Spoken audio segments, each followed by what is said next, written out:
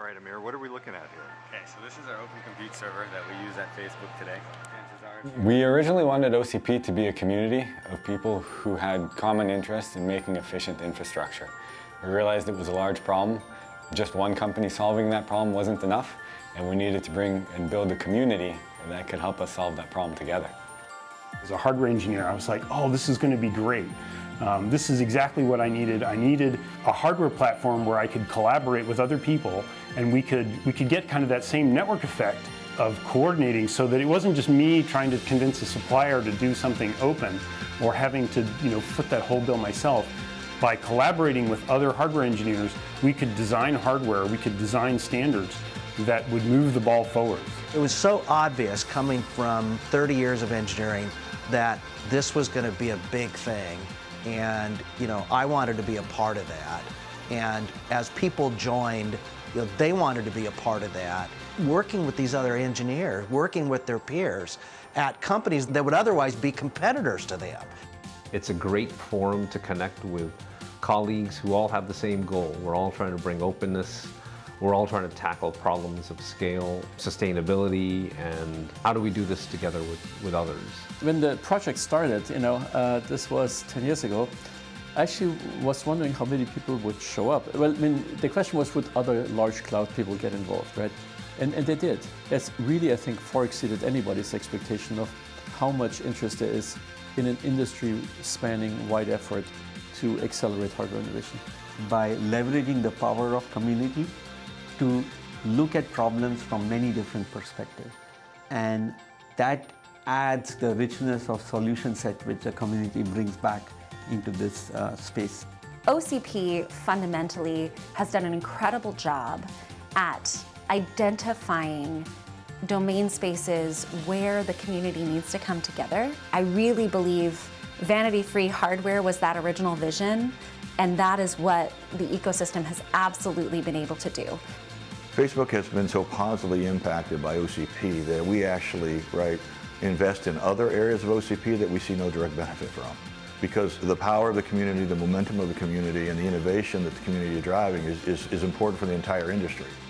So as a result of bringing people into the community, we have contributed so many different designs into the open compute and also led creation of so many new projects. Look at 10 years later, right? We are 5,000 engineers, we are 50 projects, 75 plus volunteers, 250 companies worldwide. I just have a tremendous amount of pride and passion for the community and appreciation, quite frankly. The work that this community has done is, I think, second to none. It inspires me in a big way. The biggest thing that OCP got and nailed correctly was being able to take something that was commonly kept a secret and proprietary to particular companies and allowed that to become not something that was thought to be a competitive advantage. It opened it up to everyone. Companies quickly realized that it really wasn't a competitive advantage and that it was something that was worth collaborating on and doing together.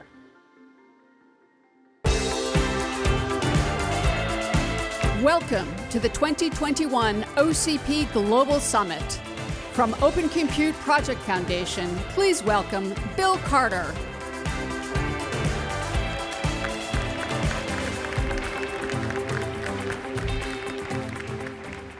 Oh, isn't it great to be here in person again after 8? Yeah, exactly. Thank you very much. Yeah, it's been a 18-month hiatus for all of us, and no workshops and everything. It's been wonderful the last 24 hours. We got things going. Thank you for being here. This is also a virtual event, so we're actually expecting about 2,500 people to be at the show today. We had a symposium yesterday. I'll talk about that in a minute. We had over 5,000 unique people that tuned in virtually to that, and I don't know, 10 minutes ago, we had over 1,000 people already logged in to this session this morning that'll get to watch the keynotes virtually. So again, thanks for being here. Very special thanks to all of our sponsors as well. We have a great expo hall. We're trying to make this as safe as possible for all of us. You'll see we got more more spacing in the chairs today. The expo hall is twice as large this year, and so when you're gonna see it, it's gonna be very enjoyable to be able to walk through and not feel like we're crowded. This is our 10th anniversary, and every year we have by the way, I'm gonna back up for a minute. How many people were at some of those really early events that we saw in the video? I think there was an event at Facebook. There was another event at Rackspace. I think that must have been about 7 or 8 years ago. How many people were at some of those events? Raise your hand. Okay, great. Anyway, every year we have Omdia, a market research company, come up and do a survey and study and understand the influence that you all are having on the marketplace and on the community with the products. And so we released the findings. Those findings are coming out today. I had a chance to take a look at some of the findings yesterday, and just want to share a couple of the learnings. One of the things they said is that 90% of field trials with OCP recognized equipment continued on to production. I think that's a real achievement that it's easy to use and beneficial. Another a key finding is that, and we've advertised this, we've said we're continually growing year over year. In 2020, we actually grew, when I say we, it's all of you, the community grew at a 37% growth year over year, and the revenues produced from OCP recognized equipment topped $16 billion in 2020. And the really exciting news is that looking forward, it could continue to grow, expecting to top $46 billion in revenue from OCP recognized equipment by 2025. One other data point, and talking about 2025, there's a lot of work that we have to do, and there's a lot of headwinds that we'll face in the next 5 years.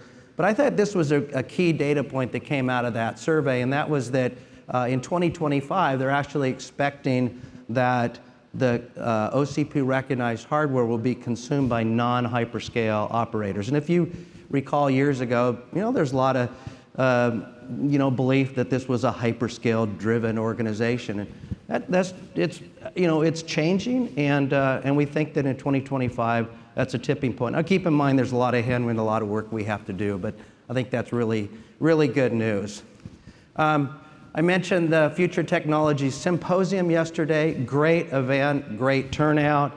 I just want to recognize some of the people that worked throughout the year to make the symposium possible. We have a chair and an event chair, Alan Smith and Leslie Damon. Thank you very much.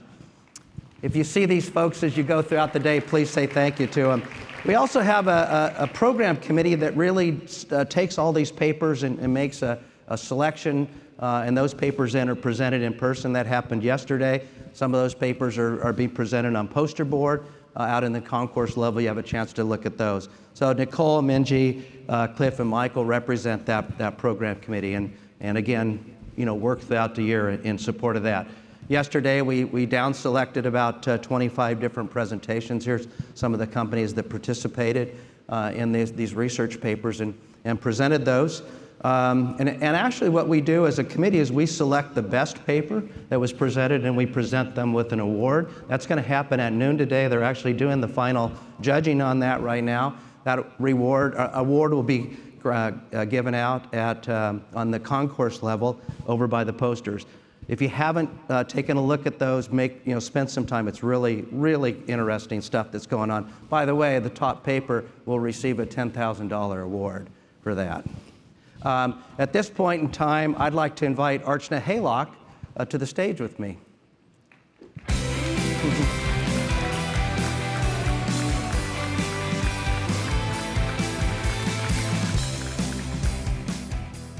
So you just heard from Bill about the scale and the growth and the impact of OCP, and I just wanted to take a moment and recognize those that made this happen. This was a group effort, this was a team effort, this was a community effort.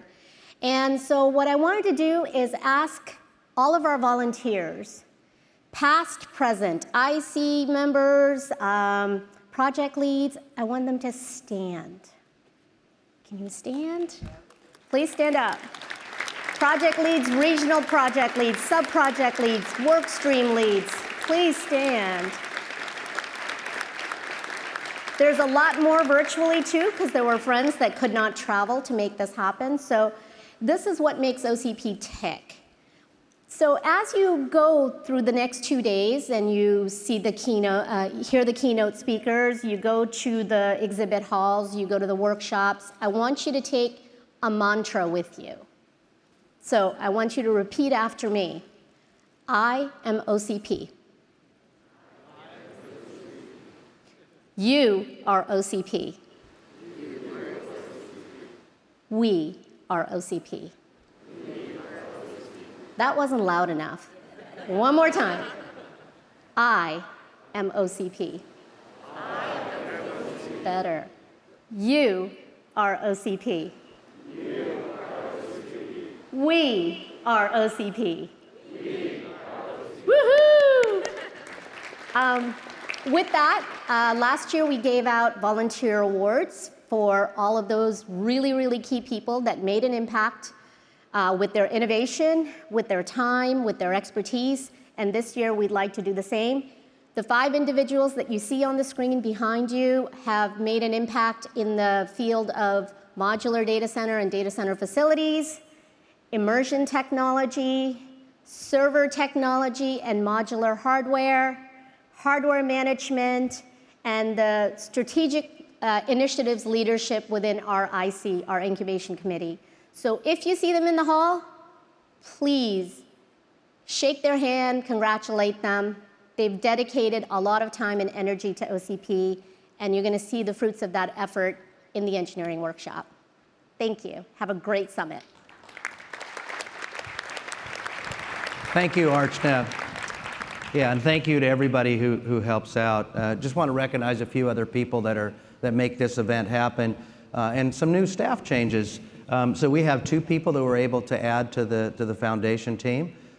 First person is Cliff Grossner. He's going to head up our market intelligence function, and then we were also able to add Kate Hendel full-time to handle events.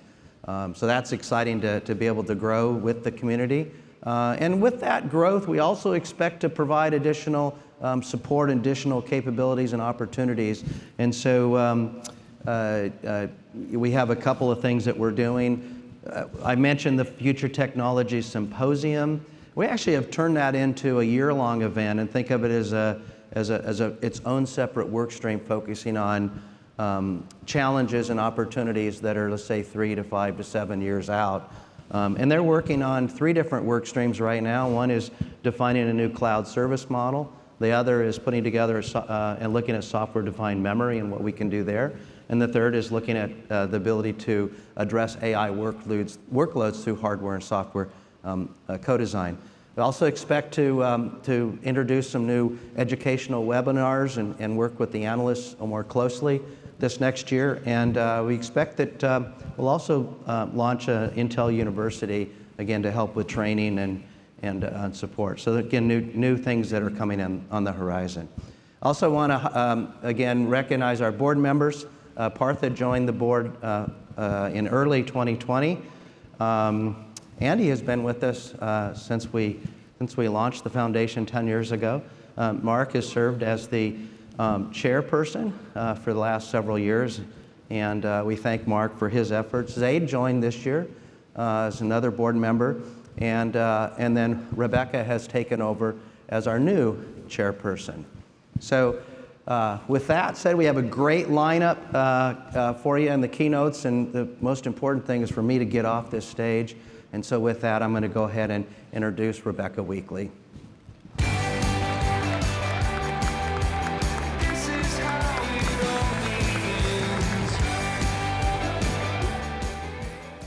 Hello and welcome. I can't even tell you how excited I am to be here and to see all of you. For how many of you is this your first event in the last 2 years? This is mine. I'm raising my hand. For how many of you is this your first OCP Summit? All of you with your hand raised. Welcome. Welcome to our community. Thank you for being a part of it. I am here to talk a little bit about our community, OCP, what we stand for, why we want to serve together and to serve you. The past year has been really tough, at least for me personally, certainly with homeschooling and then reintegration back into school, but also for OCP. At the last minute in 2020, we had to cancel our summit. We had to pivot to a totally virtual event. This year, we are virtual, hybrid and virtual. And it's been an incredible experience, I think, for all of us to see how we can expand our borders, expand our community, and be together. And I believe we will be virtual and hybrid going forward because it's a wonderful opportunity for us to connect and get our message even further into the environment. Some of our 2020 statistics are kind of impressive, so I'm going to go through a few of them. We joined, 82 new members came and joined us in OCP this year. That is about a 37% growth in our membership. That makes us a total of 282 companies. Some of the notables, Amazon, Target, Uber, Yadro, who was our third Russian company to join OCP, and also Chia, our first blockchain company to join OCP. We have had 42 new integrated solutions ramp within our marketplace. We have had 62 new contributions within our ecosystem, and 16 more in the pipeline. And all those volunteers who stood up earlier, those are the community members who are evaluating, who are using their precious time to help us grow our community. So thank you so much for your service. Some of the notables that I am most excited about are in the space of cooling. UQD came from Intel. There was an incredible opportunity, I think, with time card servers that really helped us drive, I think, a new ecosystem and capability.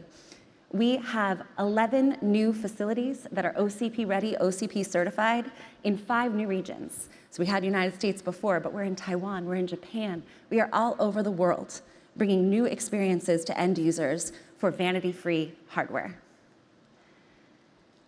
So the most common question I get as the OCP chairperson, which I am honored to be, is, what's changing? It's been 10 years of open compute. What are we going to do differently moving forward? Well, the truth is, the ecosystem is changing. The world is becoming more disaggregated, more heterogeneous. What we are seeing is the decentralization of computation. When we did an Omdia research survey commissioned by OCP, we found that 47% of data center operators are intending to increase their investments on the edge over the next 5 years. We also found that the heterogeneity of software, the more interesting workloads that are coming, are driving much different architectures that require hardware and software to come together, not just for the acceleration of performance, but for security, for manageability, for understanding what we can do together to drive compute from the cloud to the edge and transform end users' experiences. We also have an obligation as a community. Research states that by 2030, this community, data centers, will be 20 to 30% of the world's computational energy and our actual electricity. If we don't serve that well, if we don't come up with new ways to innovate, not just in the generation of our products, but in the recycling of our products, not just in what is our embedded carbon footprint in our products, but in how they need to operate at scale, we will not be serving our humanity well. So OCP's commitment is to do what we've done for the last 10 years to meet the market for vanity-free hardware and software. We will continue to deliver systems at scale and to partner across our community to drive change. But we also want to work with you to seed the future of innovation, to identify those opportunities where one company cannot do it alone, where we need to come together to solve these problems. Our mission in meeting the market has 4 primary pillars. Modularity. Modularity is the core of OCP. We serve you by delivering scalable hardware interfaces, modular components, open interfaces that enable vanity-free computing. At-scale operations. At-scale operations This is the common, secure manageability platforms at cloud scale that allow us to scale from cloud to edge. Sustainability, increasing standardization. There are not enough standards for the metrics of utilization, supply-side resource consumption, and OCP-certified sustainable operations practices and design. And finally, integrated solutions, improving scale adoption of OCP designs through streamlined certification processes and vertical solution stacks. That's our job. That's what we've spent 10 years doing, and every person in this room has been a part of that journey. Now, we have to go to the next level, where we can seed innovation in complex new spaces driven by this increasingly diverse, heterogeneous environment. Optics is one. There's so much we need to do to help ensure we have process and technology that will allow us to scale and drive optimal convergence in the optics market. It is a complicated one. Composable silicon, enabling integrated circuit co-packaging of devices to deliver best-in-class workloads targeted at computational performance. That means open die-to-die interfaces. It means a marketplace for common frameworks for security and manageability at the chiplet level, and supplier agreements that allow integrated ICs to bring together solutions at scale. AI. AI continues to be one of the most dominant workloads in the ecosystem. How do we scale AI in the marketplace? How do we lead innovation and market adoption to build standardized infrastructure for AI training, both inference and training? And finally, in a domain space we've done a lot in already, cooling. How do we drive the next generation of cold plate designs, immersive cooling solutions, so that we can do that in a sustainable fashion that makes the world a better place? So really, my expectation of you, my hope for you, is to serve you over the next 2 days. As you join our community, as you flourish within our community, please show up, lean in, ask us questions, make contributions. This is our space. This is our time.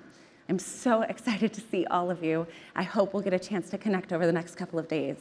Together, we can drive the future of computation. It's just open possibilities. Thank you.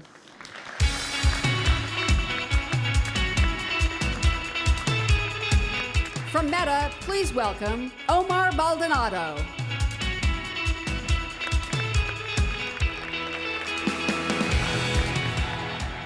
Hi, everyone. Probably like everyone else today, you feel so excited, and I'm no different. I'm so excited to be here.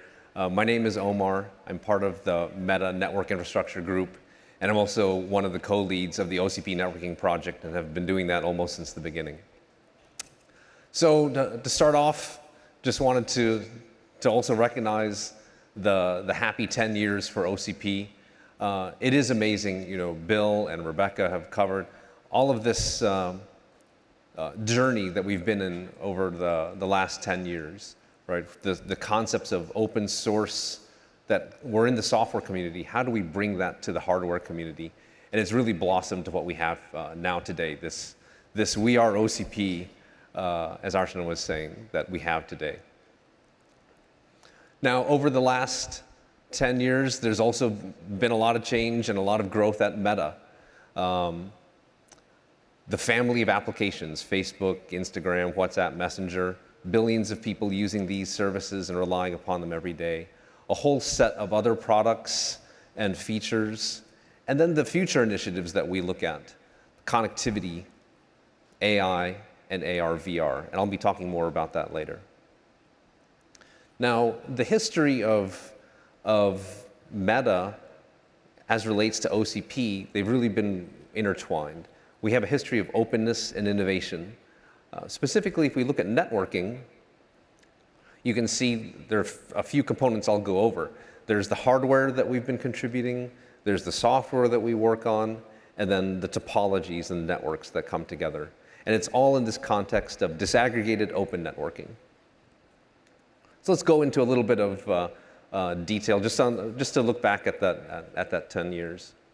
So these are the contributions that Meta has made over the last 8 to 10 years, really throughout the history of OCP networking, starting with the Wedge 40, our our first switch that we built in a disaggregated way with the community, all the way to a couple of years ago where we announced our Fabric Switch Mini Pack. Then if we look at the software, we have a unified software layer on top, FBOSS, that works on all of those switches. We've contributed key parts of that to open source.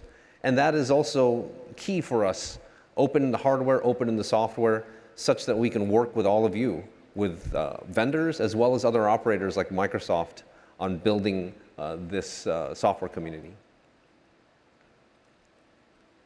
And then, conveniently lined up with the last 10 years, the 10 years of our topologies, of our networks, starting from smaller cluster designs all the way to the fabric design and the largest network design that we announced a couple of years ago, F16 and H-Grid.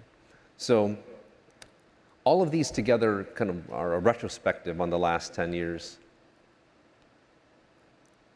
But now let's focus on the last couple of years, right? It's been a while since we've been on stage. It's been a while since we've been able to contribute at large, with all of you. And amazingly, we've been busy. We've been busy over these last couple of years under some very trying and challenging circumstances, but I'm really excited to share all of these today. So the first thing I wanted to cover was something we actually introduced earlier in the year. Meta worked on the time appliance project with OCP and kicking that off with designs for our time card and our time server in order to support the precision timing that our services need. We've also been active in the space of optics, key for that interconnect. 200G we contributed last year, our own particular variant with our restrictions and constraints that work at our scale. We're going to share some of those deployment learnings today. And then today we're also sharing that we've been developing the 400G variant in order to keep up with all the speeds and workloads that we have in the data center. I wanted to call out also one of the partners that's been working really well with us and within OCP, Innolight, which has contributed a lot of these products in the OCP marketplace so that they're available to everybody so that you can use the same technologies that we've been developing. So for the next set of contributions, let's go back to this fabric, right? Let's go back to the network. So at the core of this network are fabric switches. Every one of those dots up there is a fabric switch. And we've been working on the next generation of those fabric switches. In particular, with the next partner we'll bring up, Arista Networks has been working on this. So please help me welcome the Chief Operating Officer of Arista, Anshul Sadana.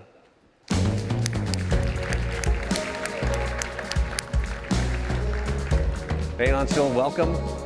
Welcome.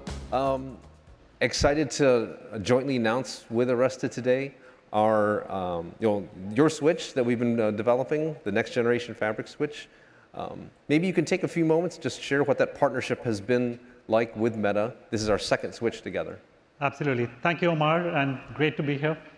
As you mentioned, we've been partnered for 10 years with Facebook, now known Meta, and this is the second time we've done a co-development project. The first one, about 3 years ago with Tomahawk 3, was making it OCP compliant in terms of serviceability. A big achievement was being able to replace the switch card without having to touch a single fiber cable, which saves a lot of time in the data center. But if you look at the next switch that we've been working on, this is the Arista 7388. We've spent about 2 years working with the Meta team together.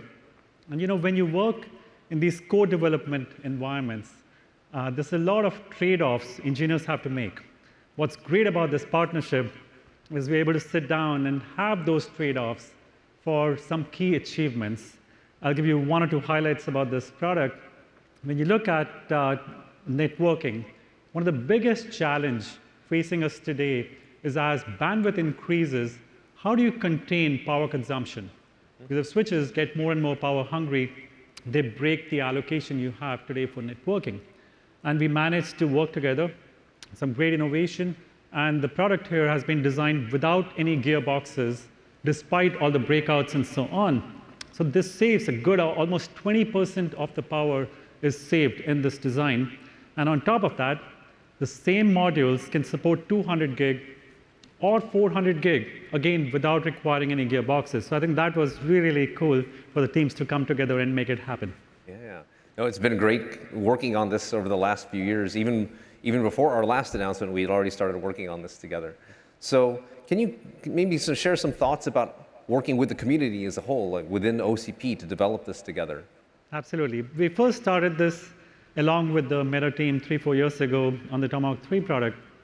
And today, there are over 100 customers who have deployed the same product in their data centers. Our switches support both EOS and FBOSS, so it continues the journey of disaggregation, but also allows many enterprises and smaller cloud companies to adopt the same technology in their data centers as well. Yeah, that's a great thing for us to see, to bring that technology, as Rebecca was saying, bring this out to the community as a whole. So thank you very much, and we look forward, thanks to you and your team, because I think our team, we've been working hundreds of engineers together, and looking forward to the partnership in the years to come. Great, thank you so much. Thanks, Ansha. Ansha from Arista.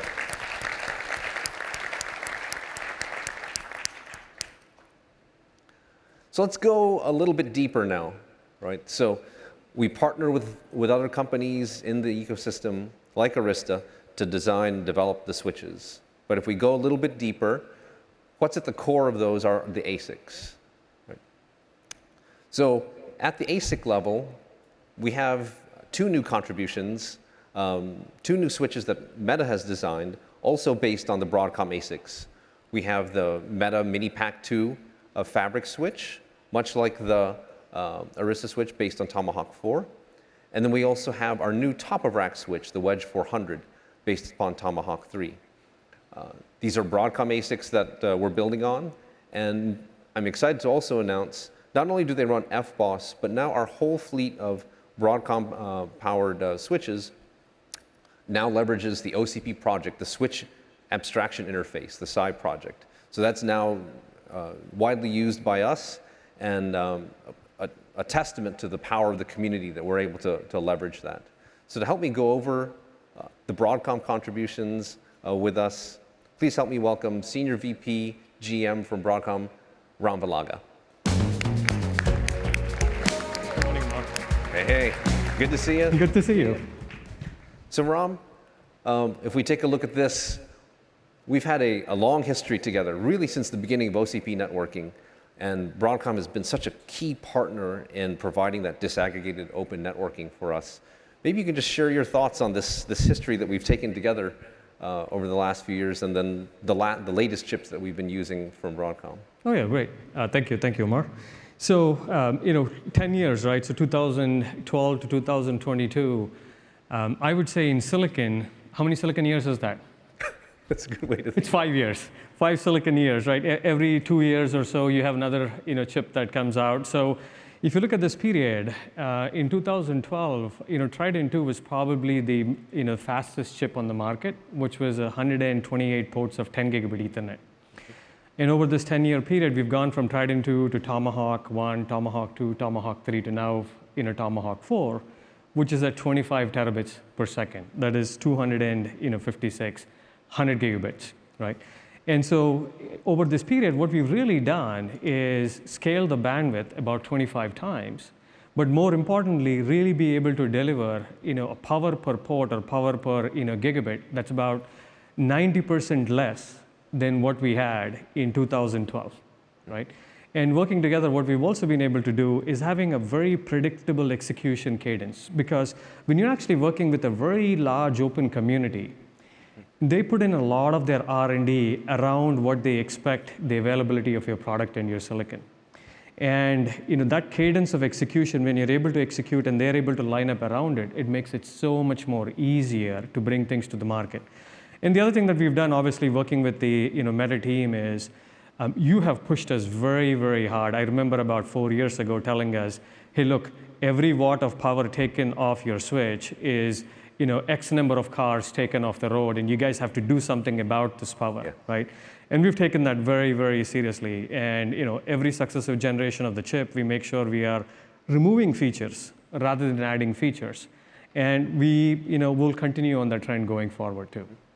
Yeah, no, you've been a great partner thinking about that, just looking at this 90% reduction in power.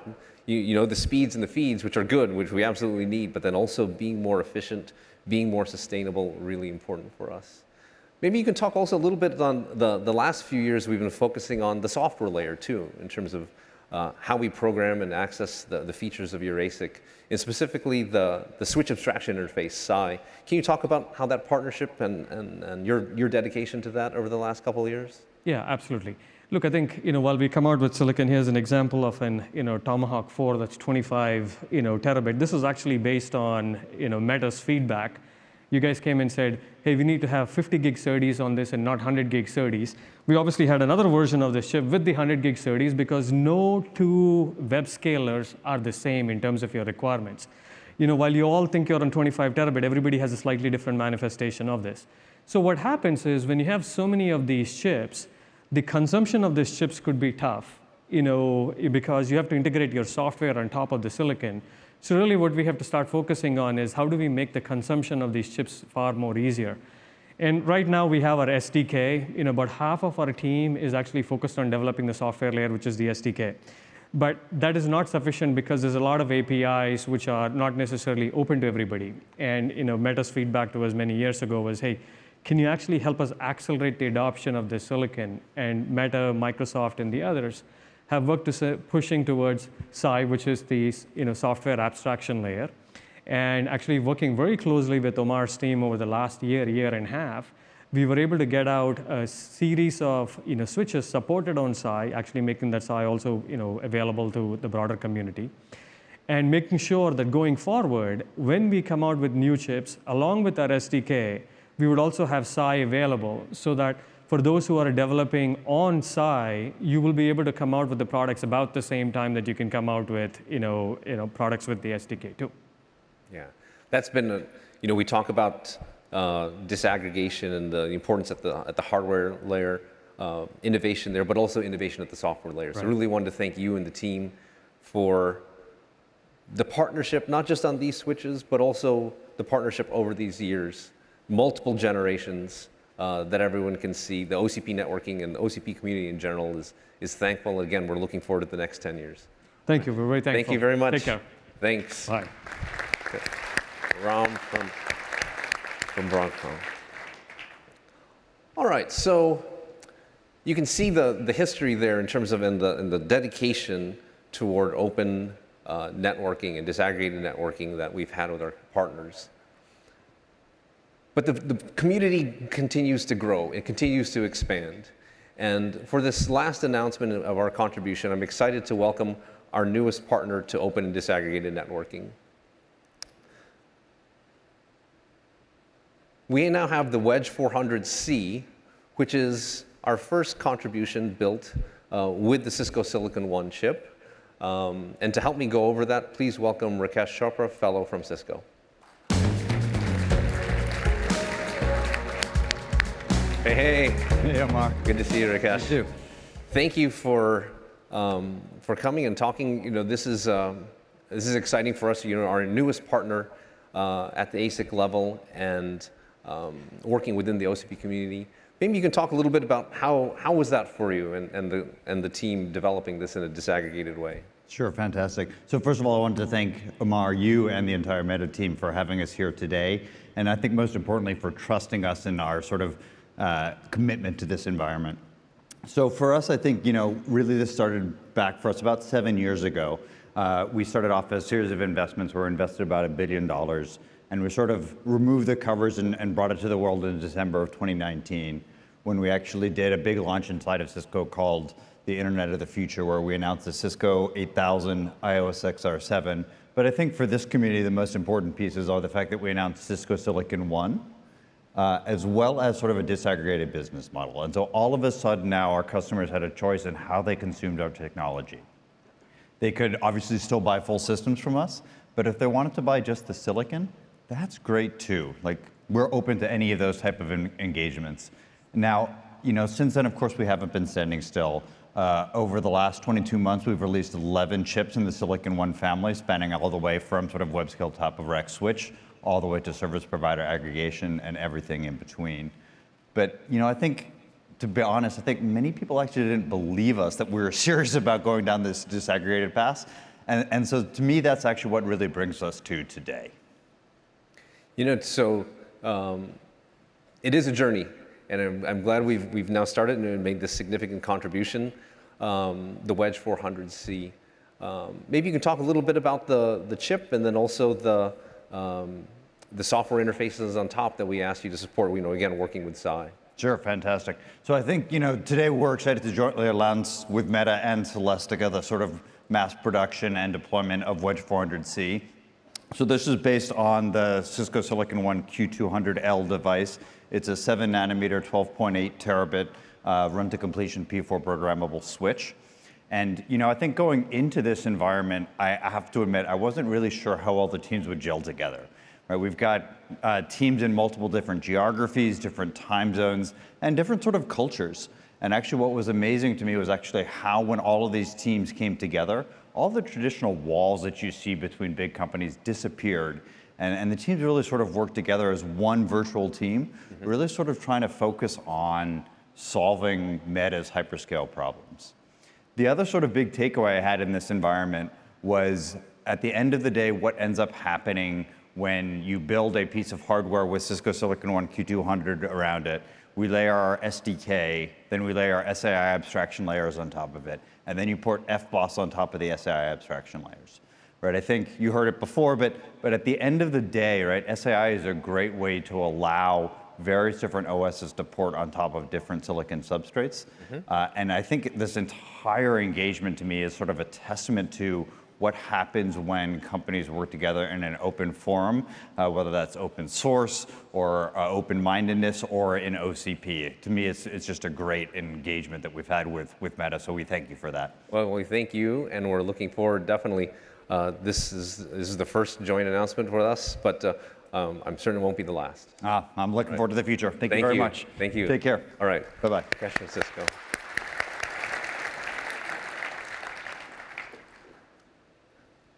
So just to wrap up here, right? So if we look back, these were the contributions up until, through the history of OCP networking that we've made. We're contributing all of these now today and sharing that with the whole community. There's a whole set of teams that have been working together inside Meta, the FBOSS team, the network hardware team, data center network engineering, sourcing, project management, too many to list here, and then all the partner teams at all our other companies. We are all OCP working on this together. And you can find out more from those teams, a lot of workshop talks from Meta and from our partners over the next, this afternoon and tomorrow. So just to wrap up, what are some of the challenges that Meta faces and that we see going forward in the community that we want to work on with you? First, we're going to continue designing the hardware and the software and the overall system in a co-designed way. This co-design where we really work on the system together, as thinking of it as a whole, is a trend that we've been talking about, and it's definitely going to continue. AI as a workload, critical for us, and really highlighting the need for this co-design. If you go to the exec track later today, a couple of our colleagues from Meta, Whitney and Divatsa, will cover somehow we've been designing our latest AI training clusters, and the core of those, the Xeon EX platform. You've heard recently, of course, Meta. Mark has covered that vision, Meta and the metaverse. It's an ambitious vision from a technology and infrastructure perspective. It's pretty daunting just to figure out how we're all going to do this together. I don't know how it's going to work, but we've got another 10 years to build on that and work on those things together. And then to wrap up, something that many of us have already covered, and we're always thinking about it, power efficiency. We have the responsibility to be sustainable. We have the responsibility to do all this design and innovation and do it in a way that is caring of the environment, caring of our world. Sustainability, circularity, these are all things that we have to keep in mind as we innovate and design together. So thank you very much. This journey is 1% finished, something that we've always said at Meta, and I'm really looking forward to the next couple of days of just connecting with all of you, sharing, and hearing more about how we want to tackle all of this together. Thank you very much. Enjoy the rest of the day.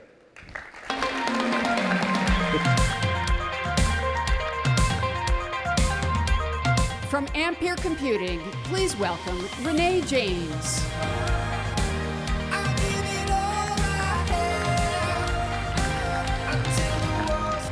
Good morning. They're right. I was listening to everyone say how excited they were to see real people out here, and it turns out I am too. Welcome, and thank you to OCP for having me talk today. Welcome to all the people who are online. I understand there's a lot of people online as well. I'm excited to see people back here again. I am going to talk about a couple of things. First, I'm going to introduce you to Ampere if you don't know who we are, and then talk about what I think is happening in our industry.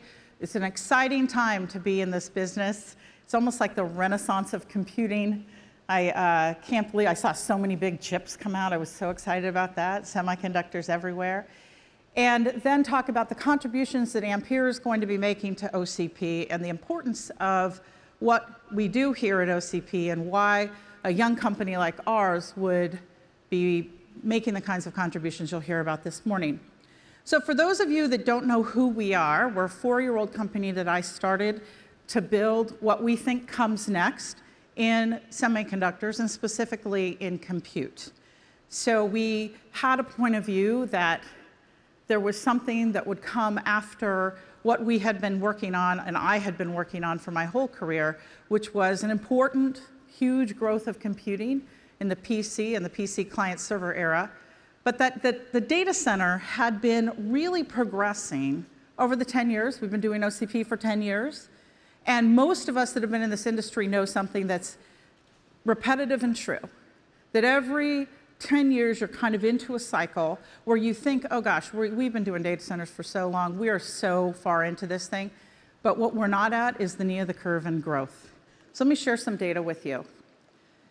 In the next 4 years, data centers will double, and what we think is the middle or maybe kind of into the knee of it is the beginning. And if we continue on the path that we're on, it'll take twice as much power. And we just heard the last speaker talk about how we need to be environmentally friendly. We've heard all about the climate summits.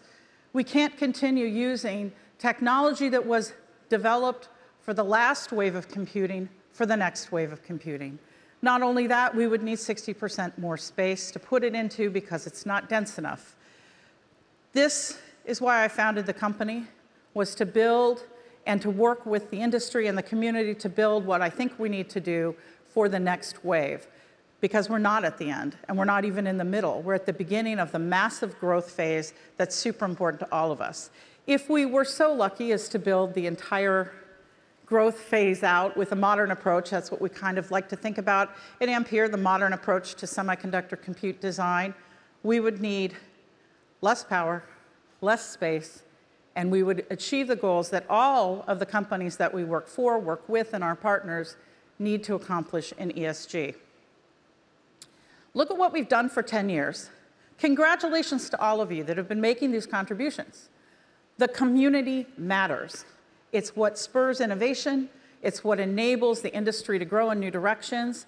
It's what shares that R&D uplift with so many other, and it is what allows small companies to thrive. But guess what we haven't done in 10 years? Actually, it's been 43.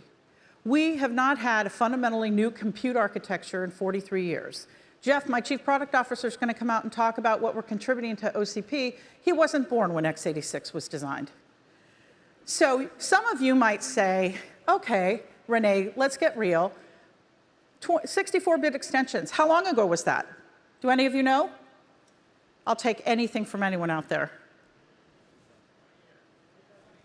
22 years, okay?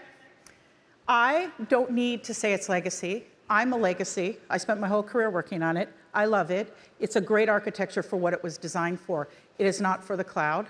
And shoehorning it into the cloud has been very productive, but I don't think gets us where we want to go.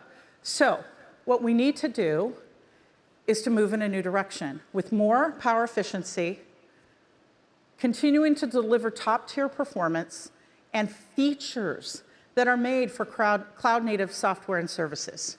And we know that change comes when the software model shifts, right? The software model shifted from mainframe and mini compute to Windows client server. And a whole wave of compute was deployed, 30 years of it. A lot of great companies built on it. The software shifted. It shifted. We need the hardware to shift with it. And that's really what Ampere Computing is about. 3 things that you need to do. You got to deliver predictable performance. You need it. It has to be consistent because the users require it and the workloads require it. Linear core scaling. I worked a long time on threading. So I feel that when I stand here and tell you that linear core performance and throughput is a really important thing, that's kind of like, oh my gosh, why did I waste all that time doing threading? But the software is different, and it requires different things, and that's what we have to keep in mind. Look at all that growth. We just need to switch to a new compute paradigm. And the power per core, while the performance is going up, has to go down, and we're not going to get all of that from process technology. Some of it has to come from design, and not just core design, but also the packaging design and the platform itself. So Ampere, 4 years old, 2 products in the market. I'm going to show you my silicon because everyone else has, so I want to be a joiner. This is our 128-core, 7-nanometer product, okay? It's 2021 and it's shipping on 7 nanometer, 55 billion transistors. And you can look it up online. It's been measured by third parties, top-tier performance with anything that we're making with an architecture that I know and love. Imagine what we're going to do with our 5-nanometer product that we'll be sampling in Q1. Because you already heard what you're going to get out of 5 nanometer from TSMC, 2x improvements, 25% more performance. We already got 128. We don't have to wait till 2024. So if you are interested in learning more about this, of course, you can come to our booth. It's all going to be there. It's running workloads live. All the platforms, the products are all there for you to see. But in addition to that, we have several of our customers who've come public. A lot of them have not, who have instances running today, like Oracle, like Tencent, like Ali, and Microsoft's already announced that they're working with Ultra and Ultramax as well. So more to come on that as you hear from us as we talk about what's happening with our 5-nanometer generation. And it won't just be performance. Of course, you have to have top-tier performance to matter. But as we look forward, the innovation has to come at the feature level. It has to be coming from specific workload enhancements for the things we care about, like AI, like how we deal with security, how we deal with memory, and other things like that. So, open compute. You guys have been working on really important things that matter.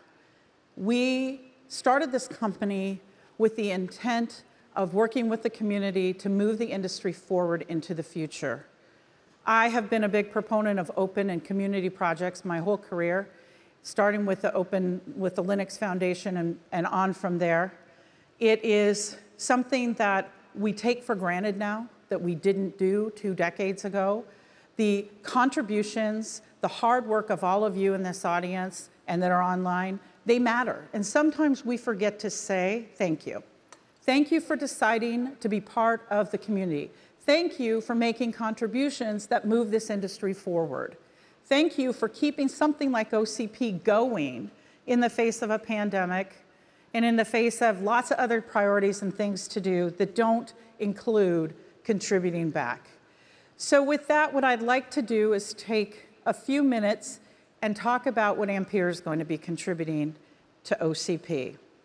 So I'd like to introduce Jeff Wittick, our Chief Product Officer, to help me do that. Hi, Jeff. Hey, Renee. Thanks. Well, you talked about all of the contributions that we're going to be making to OCP. And now you're going to talk about them for real. I'm going to talk about them for real. So first off, I am pleased to announce that the Ampere Mount Jade platform is now OCP accepted. This is a platform that we've been working with WeWin to develop. It's now available in the OCP marketplace from WeWin. We've also released the design files and the specifications for this server. That way, everyone in this community can take advantage of the innovations that we've made and then build upon that, and also be able to adopt it with some of our key ODM partners as well. Now, this is the first ARC64 server that's available through OCP. So talking about that, that transition from legacy to the next generation and to modern compute, this is a key piece of that. Yeah, as I said, I mean, a lot of the activity has to come from not just doing new cores, and I'm going to talk about that as I wrap up about our own core and some of the innovations we're making, but also we know at the platform level there's a lot of work to be done. So I think this is a big moment. And again, you can imagine as a very young company for us to decide to just participate and contribute. So I'm excited about that, and we're hoping that people will be equally excited and start using it. Yeah, for sure. And like you mentioned, yes. So you mentioned the fact that it's more than just the CPU. So this server supports the 80-core Ampere Ultra. It supports the 128-core. The one that's in my pocket. Yep, Ampere Ultra. It looks Max. as big as an FPGA, but it's not one because it's compute. Yes. Yeah. Yes. So we got 128 cores packed in there. In this server, that means that we can support 256 cores across the server. So a lot of compute for those cloud-native workloads. And it's not also just about the CPU and the physical hardware. It's also about the firmware and the software. That's a key piece of putting this all together. That's right. That's right. So another key piece here is we've contributed back the open source firmware for this platform into OCP so that end users and ODMs can directly innovate and deploy really, really easily. If we look forward to the future, there's a lot of stuff that we also have planned in the future. The DCSCM module, given its modularity and its cross-platform compatibility, this is going to make it really easy for end users, ODMs, to innovate in the space around security and manageability. And our next generation reference platforms include DCSCM in the design. So right off the bat, you'll be able to start innovating on our next gen CPUs. I hear a little applause. Hear a little clap out there. Yeah, someone's excited. Thank you. And when it comes to the firmware and the software, it's not just the firmware for this platform. We've also at Ampere been building out open source firmware, working with people like AMI. We've worked with Linux Boot. We've worked with OpenBMC, Tiano Core, and with the OCP community. And we've been able to directly enable our ODMs with firmware. And then we've also contributed back key pieces of our firmware, like our EDK2 code or our OpenBMC code. And that's a really, really important part of enabling this broader community. Renee mentioned some of the big customers we have, the big hyperscalers. That's right. Well, it's important that we really spread this out across the ecosystem and make it possible for everyone to get their hands on this technology and innovate on it.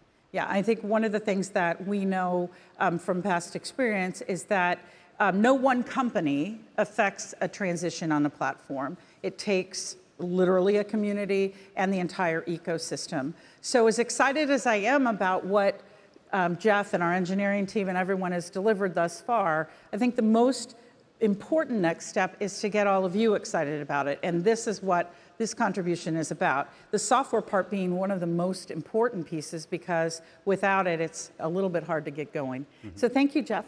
Yes, absolutely. Thanks, Renee. And thanks, everybody. Yeah. So as you can see, we have a very ambitious goal for all of you, and we are intending to deliver on our promise. That's why I insisted that we become a member of OCP at the platinum level and that we work hard to make this magnitude of contribution despite being a relatively new company. Because I know that in order for us to realize the growth that's in front of us, the really exciting part of what we're all doing here is the fact that you need new compute and you need a new approach. We need density. We need predictable performance. So I want to just wrap up by talking a little bit about our future in the next decade of computing. There is one more thing. There's always one more thing. And that is, not only have we not innovated in compute for the last decade, and I'm being gracious, we have not been on cloud time.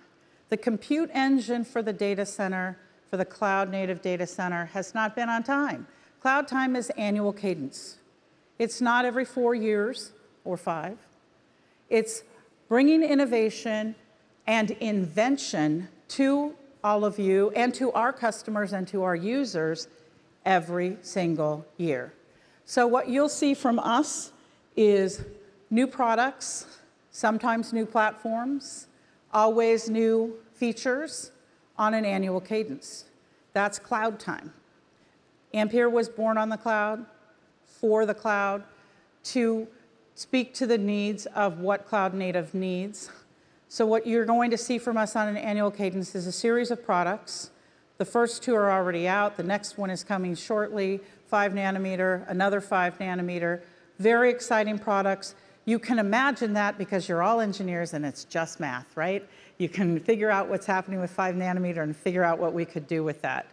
But for all of you that don't build CPUs for a living, but build every other thing that we need, memory, network, what have you, graphics, we all need to get on the same program about design and about the future of design for the environment that we're going to be living in. And that means power efficiency, in addition to density and the ability to deliver compute in a more compressed framework, if you will, in a footprint that our globe can, the world can absorb. So with that, I want to invite all of you to come visit us, get to know us, use our things that we're contributing to OCP, and get excited about what's in front of us. Because we have a really, really bright future. That's why everybody else is finally excited about silicon. And I want to thank the OCP team again for letting our young company come and speak to you today. Thank you.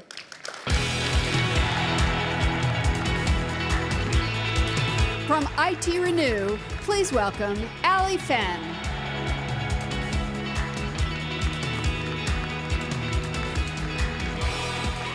I'm going to sound like I'm beating a dead horse, but it is so amazing to see people in 3D. So thank you guys for coming.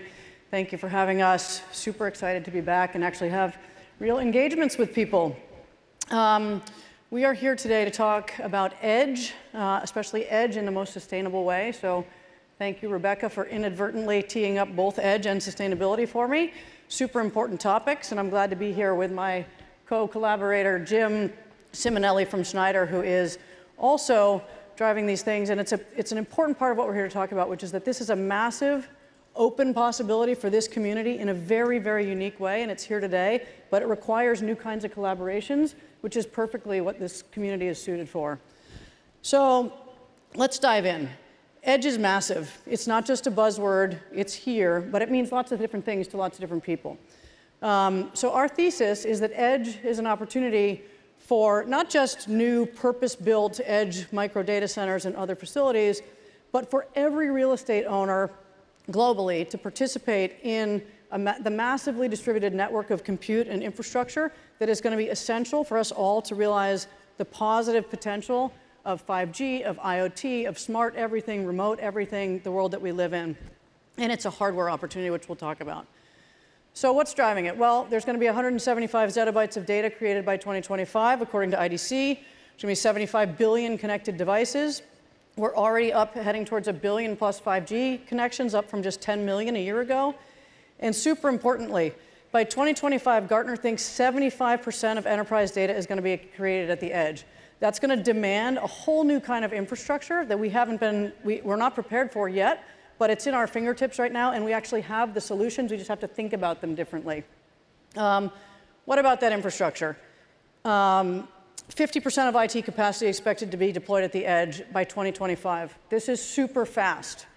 One autonomous vehicle is expected to create as much data every hour as 3,000 people. Immense amounts of data. Power. What is all that compute infrastructure at the edge going to do? Well, today it's about 40% of power tied to compute is at the edge and 60% in core central data centers. That's going to flip.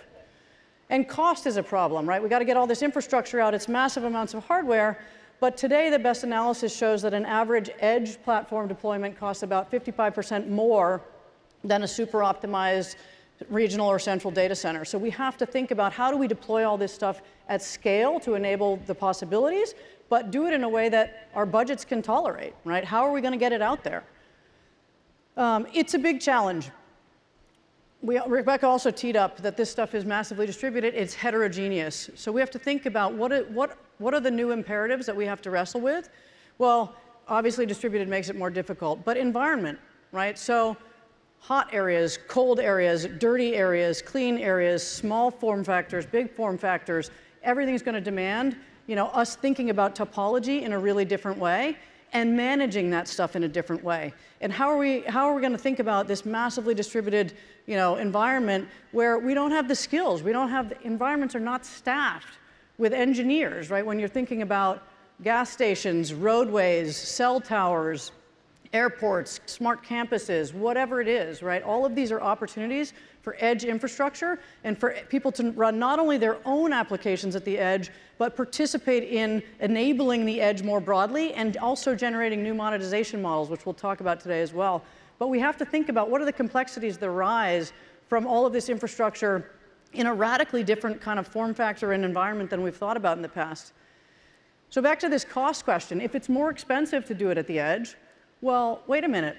We're not all hyperscale companies with nearly infinite resources. We have to think about other people being able to, in more normal sized budgets, being able to enable all this stuff. So how do we think about delivering at scale with very cost-effective resources? And then from a business model perspective, same thing, right? Amazon was able to say, hey, if I build it, people are going to come. And that worked out really, really well. But I don't know that that's going to be true in every edge environment. How are people going to get conviction to invest, to deploy infrastructure, not yet knowing who's going to come, how are they going to come, what are they going to do, right? So we have to figure out a way to kind of catalyze the edge that is necessarily requires us to think about collaborations and doing it differently. Sustainability. This is super important, right? You've heard some of the stats about energy consumption. You've heard some of the stats about data center industry. It's way bigger than that, right? We have a collective imperative to think about the sustainability of everything that we're doing, and we are underpinning every industry in the world. So sustainability globally is our problem. PUE, centralized data centers. We've done a phenomenal job on this, and we must keep going. Great, keep going on renewables. All that is essential. When we think about the edge, PUE is not going to be anywhere near as good in kind of adapted data center type locations and other locations at the edge, but we're probably going to get a benefit from less data transport and the energy that's associated there. We don't know exactly where it's going to land, but we have to think about it. Grid mix.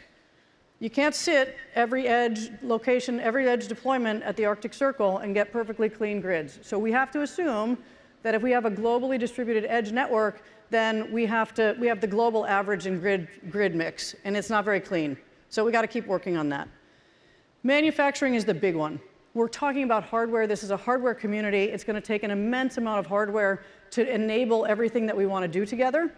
And it turns out, if you look from CDP or any of the other research that's out there, supply chain carbon, manufacturing carbon is way bigger than operating carbon. So we have to think about what the new models are here, and we'll talk about specifically recertified IT. In the IT space, for OCP racks, in common deployment models, as much as 75% of the total carbon attached to that rack comes from manufacturing. So we have to think about new ways. We're going to argue at IT Renew that we think about it in a recertified way. Huge opportunity there. All of this is a huge opportunity for OCP. This is the perfect community to come together and say, hey, we don't have to invent a bunch of stuff. We have the tools, we have the solutions. What we have to do is put them together in different ways that enable us to operate in these in radically different environments. If we do that, it's open. We have all this possibility. We can do things differently. It enables breakthrough total cost of ownership. It enables huge financial opportunity. And I would argue it enables us collectively to think about how do we leap to the fore? How does OCP immediately jump those growth stats that Bill put up on the screen? We can go bigger, we can go faster if we think about OCP equipment in all of these edge locations. Let's challenge, let's take this landscape, right? It's a huge opportunity because we do have the solutions and we have the community members. We have to be collaborating across everything from OT to IT to power to cooling to orchestration of capacity and maximization and so forth, which we'll talk about all here, because collaboration is the key. What are the critical imperatives? I've touched on some of this. I don't have to tell anybody in this room how much more difficult it is to deploy, manage, service hardware in highly distributed and heterogeneous kinds of environments. When we think about those environments, it becomes very clear that we have to think about the integration of IT and OT. We have to think about all-in-one. We have to think about easy. We have to think about that across the life cycle, from deployment to management to end of life. Integrated service models, a single hand to shake. Public cloud taught everybody that it should be as easy to go click, click, click, small, medium, large, and I'm up and going. But there's inherently a whole bunch of workload that's never going to run in public cloud environments. And we have to deliver that same user experience. And it's harder at the edge, but we have the ability to do it. We're going to talk about that today to make this real in terms of is this happening today with partnerships. No one company can do this by themselves. And then the last thing is we have to think about, well, not the last thing, second to last thing, power, efficiency. How do we get smarter about capacity utilization in these environments? That's a big challenge, and we have some opportunities there too. And then we have to think about both the cost and the sustainability piece of this. We have to challenge old status quo models. We cannot assume that anybody has the budgets or the governance capability and appetite right now to just trash the planet as we do this, right? So again, there's a huge opportunity for us to rethink business models generally, but one of those is how to think about sustainable hardware, and of course, we want to talk more about that as we go. With that, I'm going to turn it over to Jim Simonelli from Schneider, who's going to come and take you guys through a use case that's very real, that's happening, a couple of examples in how we're making this real as a community.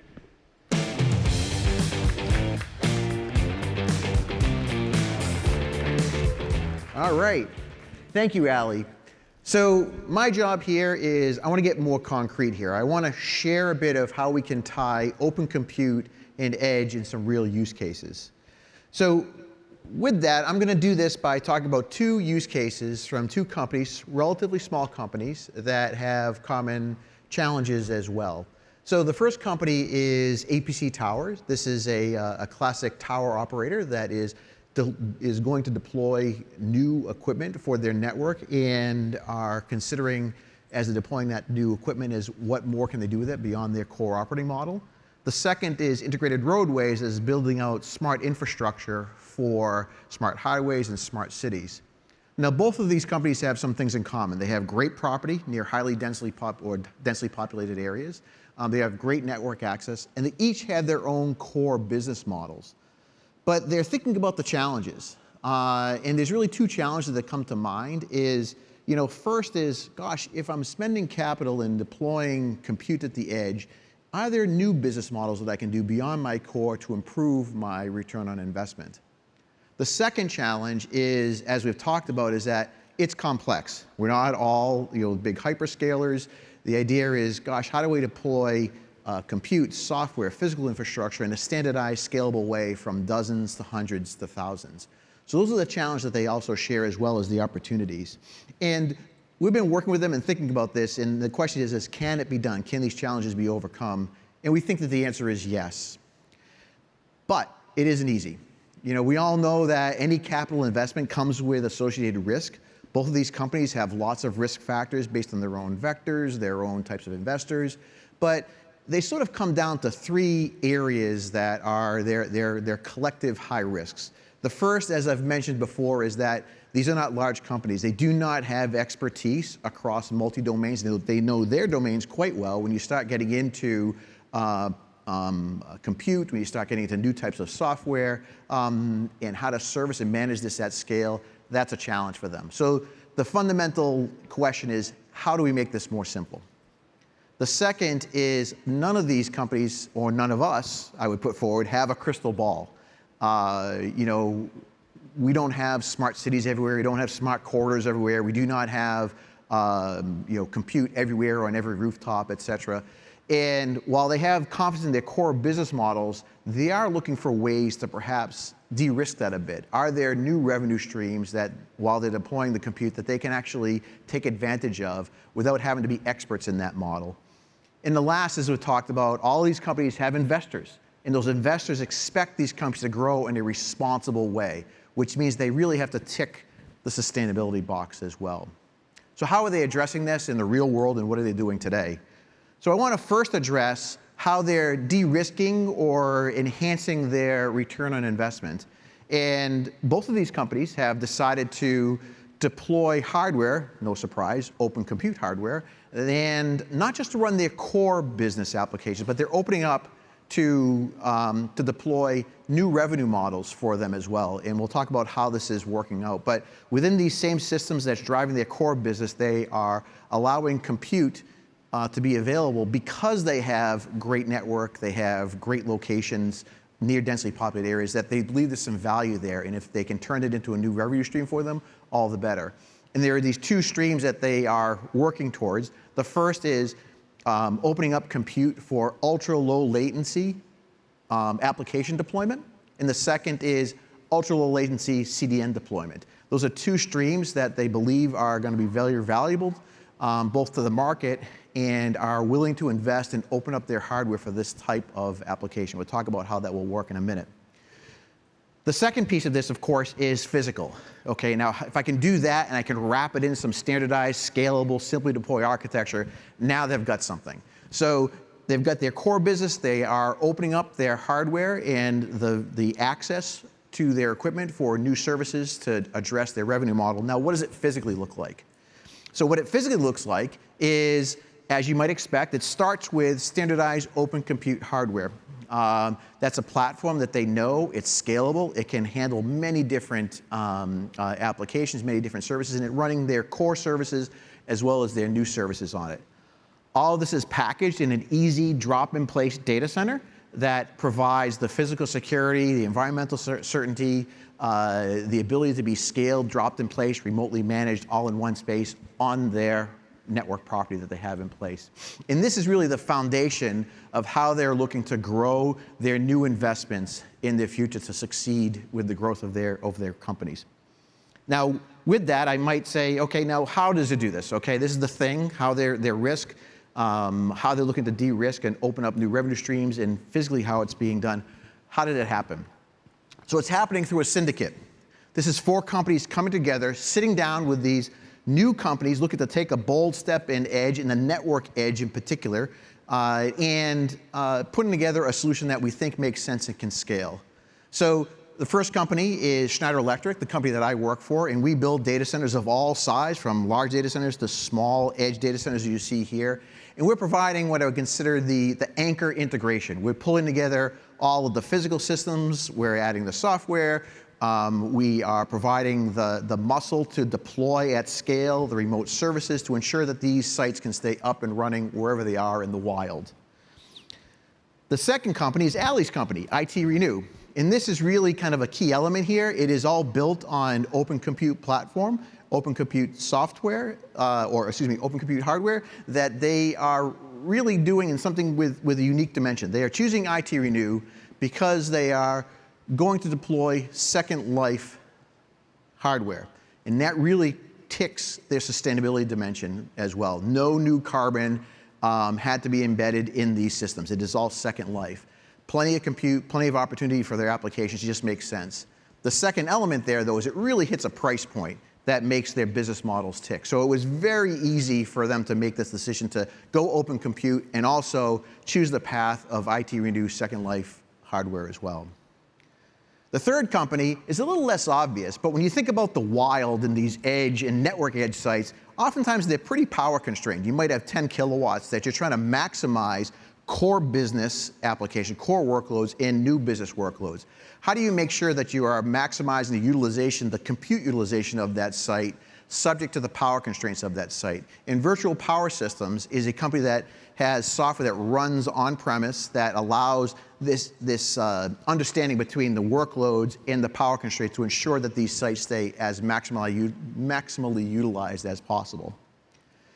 And the last company is probably the key company that unlocks these new value streams. If I have compute that's available, how do I take advantage of this if I'm not a CDN expert or a distributed application expert? Well, EdgeX is a new company that enables that. And what they're doing is they have an operating system that runs locally that enables the execution of distributed applications and CDN applications. They also have cloud orchestration that enables these applications to be loaded and located where they are and where they're needed. And they also are the broker or the interloper, if you will, between the people who need these services and the people who have the infrastructure and manage the revenue flows to make sure that everyone, the value chain is treated as well. So this is really kind of a great example of small companies taking an investment that's core to their business, that has edge computing on the network edge, and also opening up these new revenue streams, which we think is the model for the future of edge computing. You cannot deal with smart cities and the IoT of things without having compute everywhere. And to put that compute everywhere, you need to bring in people who have property network access, who can really manage their core sites, their core business, as well as grow their own revenue streams itself. So with that, I want to bring Ali back and have her wrap up and conclude the whole big picture here. Thank you, Jim. Thanks, Ali. So I'll be quick here. We've talked about community, we've talked about TCO, we've talked about sustainability. All of this is enabled by open. It's a massive opportunity for OCP to move now. As I mentioned, a lot of those stats, explosion of data, all this is now. It's happening now. We have the imperative to do this sustainably. When we talk about that in the IT Renew context, it's all about recertified hardware. It's about circular economic models. It's about thinking about everything from the power to the hardware and embodied carbon and so forth. This community, as you can hopefully see in what we just talked about, is very uniquely suited to pull the pieces together. As I mentioned, this is not a lot of new invention. We are all doing a lot of innovation in the community, day in and day out. This one is really about collaboration and business model innovation and thinking about things differently to capture the opportunity. And that opportunity is massive. So there are an infinite number of potential edge network sites, right? Anybody there's real estate can do this. You can run your own apps, you can participate in the network, you can drive monetization, you can enable the broader opportunity. Already today, 2.5 quintillion bytes of data, I just love that word, generated every day in 2021. IDC says by 2024, we're going to spend $250 billion at the edge in just infrastructure. And on the sustainability front, if I start with the $1.5 trillion of spend that's expected to be spent on IoT by 2025 and back out, this is just kind of quick math, if I back out the hardware portion of that and then I back out the server portion of that and I apply our lifecycle analysis of OCP equipment specifically and the carbon that's embedded in OCP equipment, the potential opportunity here is 45 billion kilograms of avoided emissions in terms of carbon. So this is a huge opportunity as we go capitalize and catalyze on this edge opportunity and deploy all the hardware that's critical and essential to everything tech-enabled going forward to do it in the most sustainable way. So I don't know what edge means to each of you, probably something different, but come talk to us. We'd love to figure that out and help all of us collectively go enable this opportunity in the most cost-effective, sustainable way as a community. Thank you very much. Appreciate it.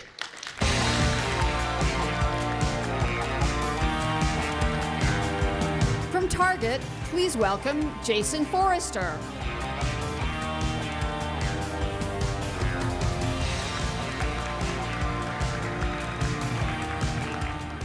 Hi, good morning. So before I start, I just got to say, watching the presentations backstage, two thoughts come to mind.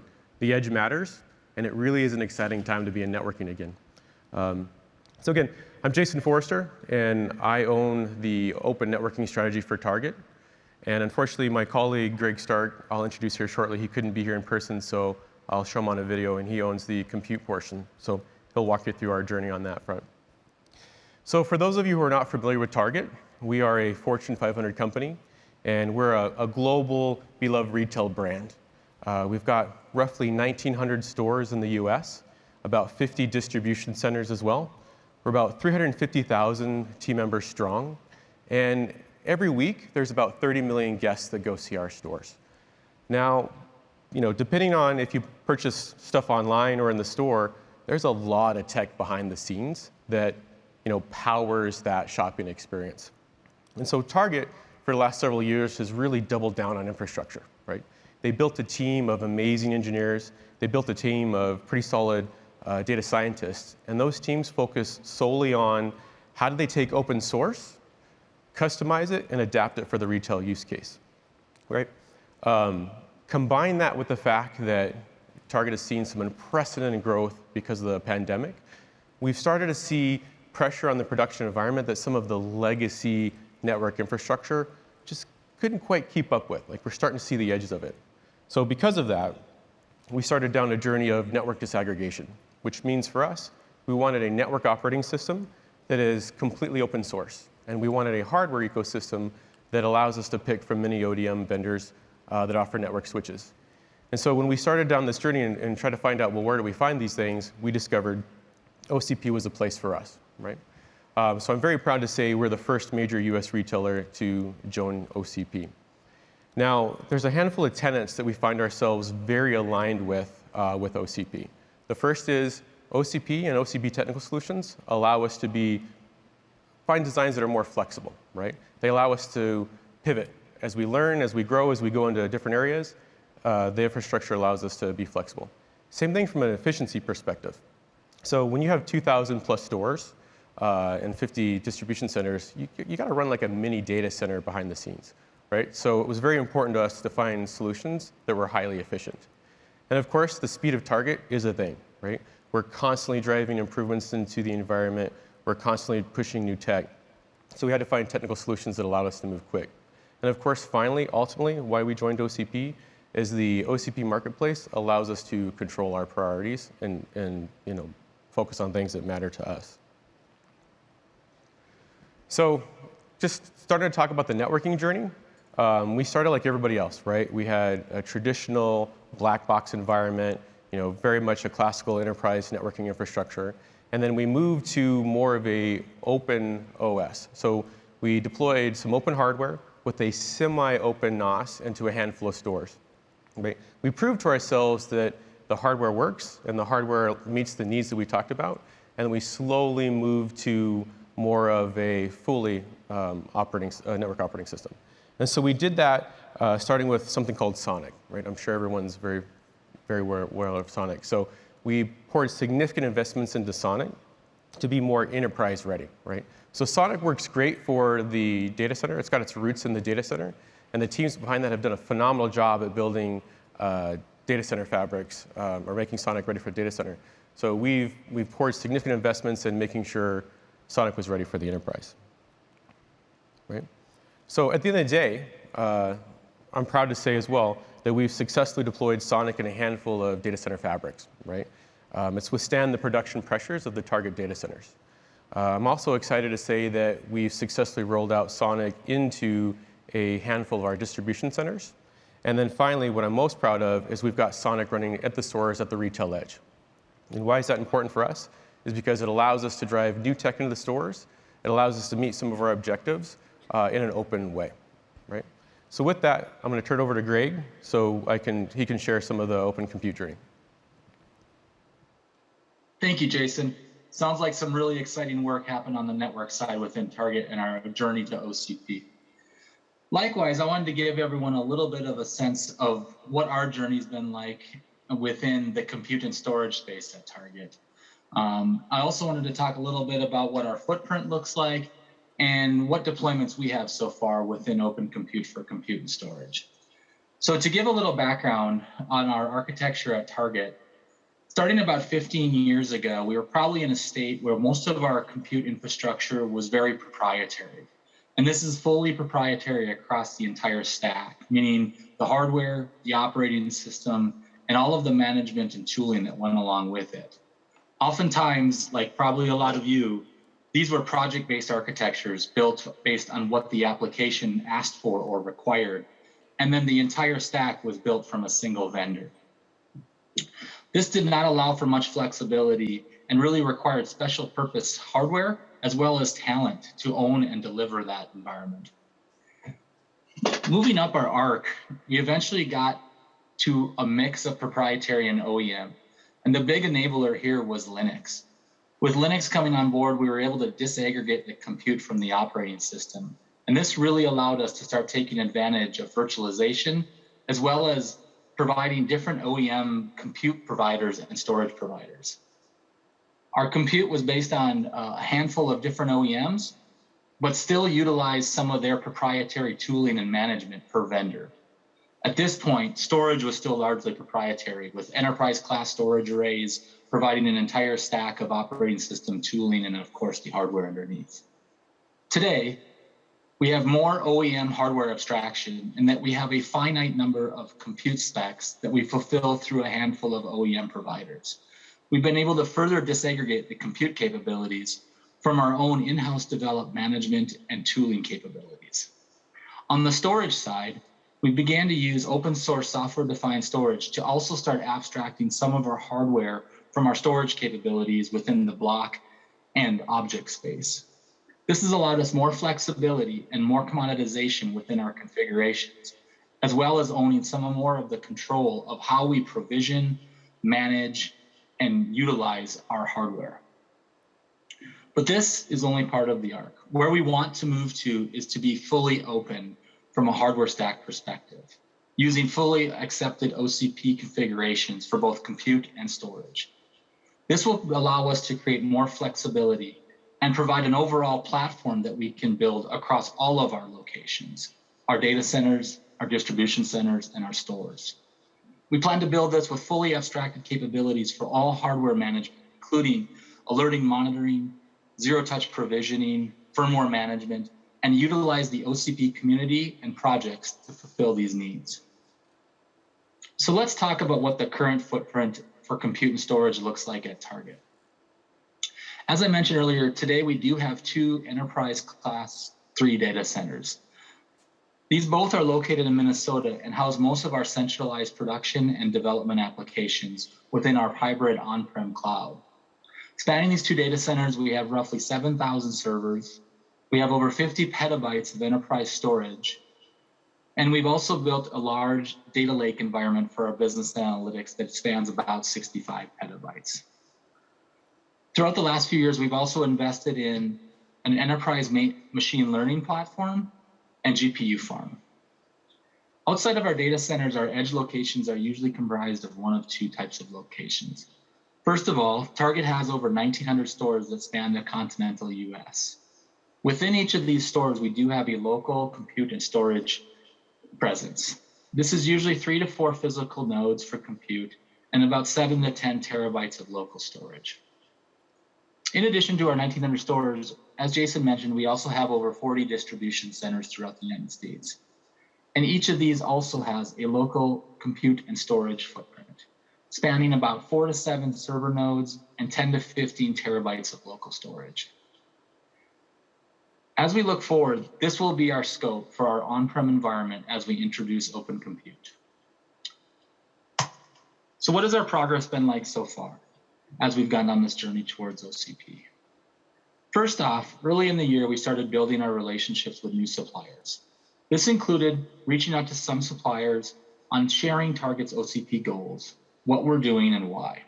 This included building initial NDAs and master agreements with some of those suppliers so that we could start working through design and prototype environments.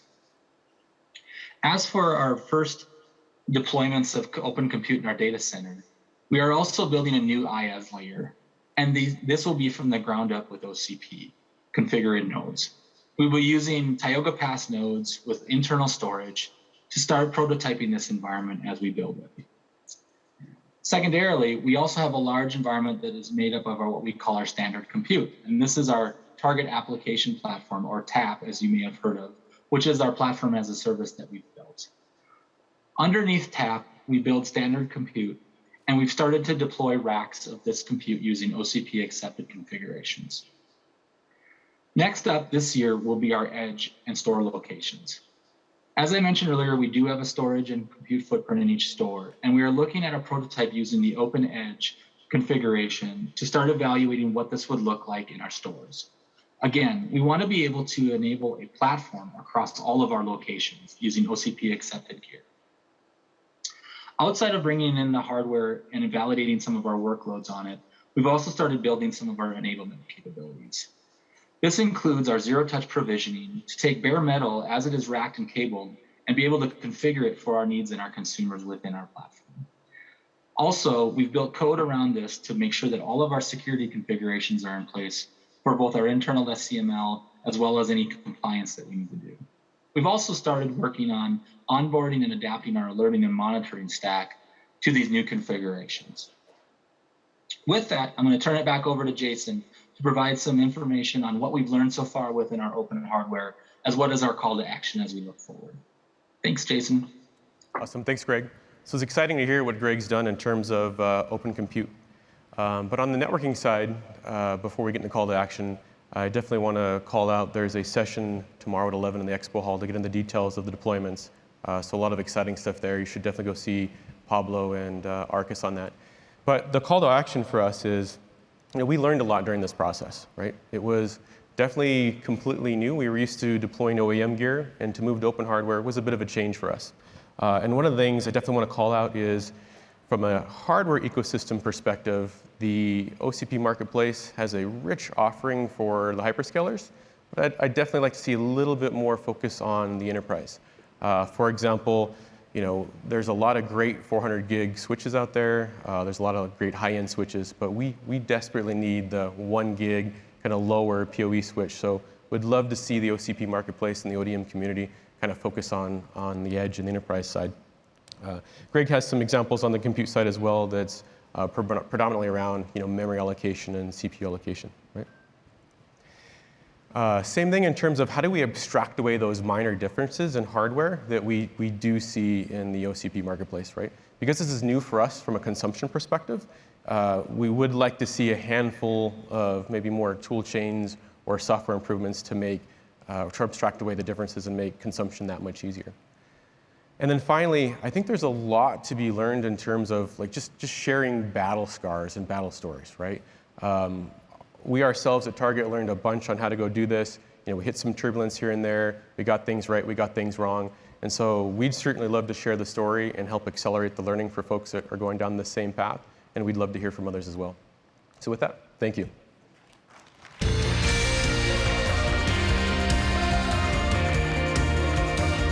From Safaricom Limited, please welcome George Jaguna.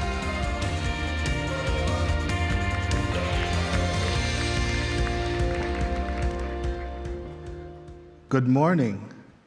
I think 11 years ago when I left the United States and moved back to Kenya to be part of the financial services and technology revolution, I never thought I'd be back here in the Mecca of technology, speaking to such a warm audience.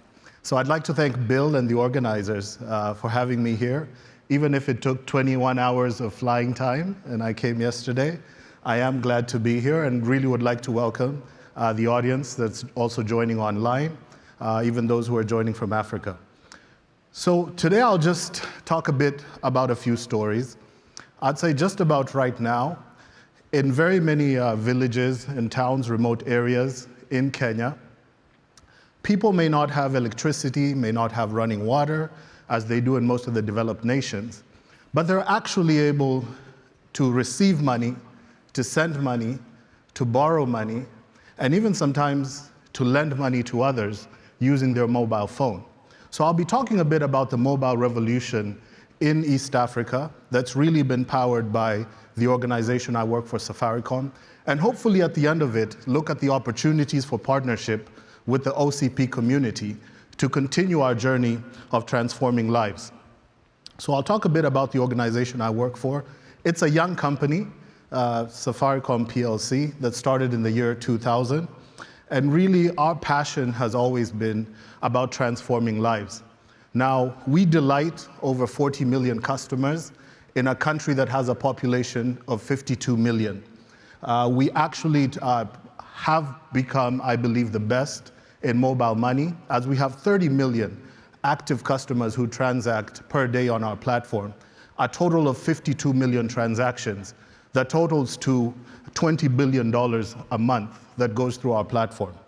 Our focus really has always been about putting the customer first.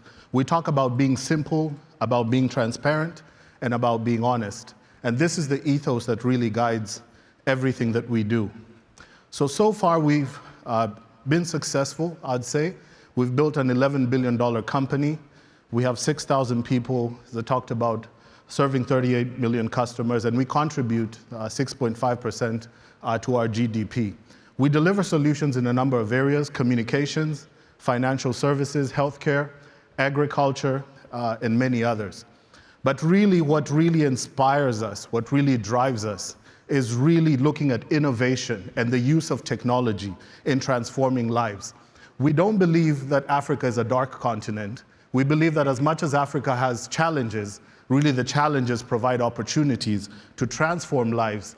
And through mobile technology, we've been able to actually leapfrog, where places some people have never been able to walk into a bank.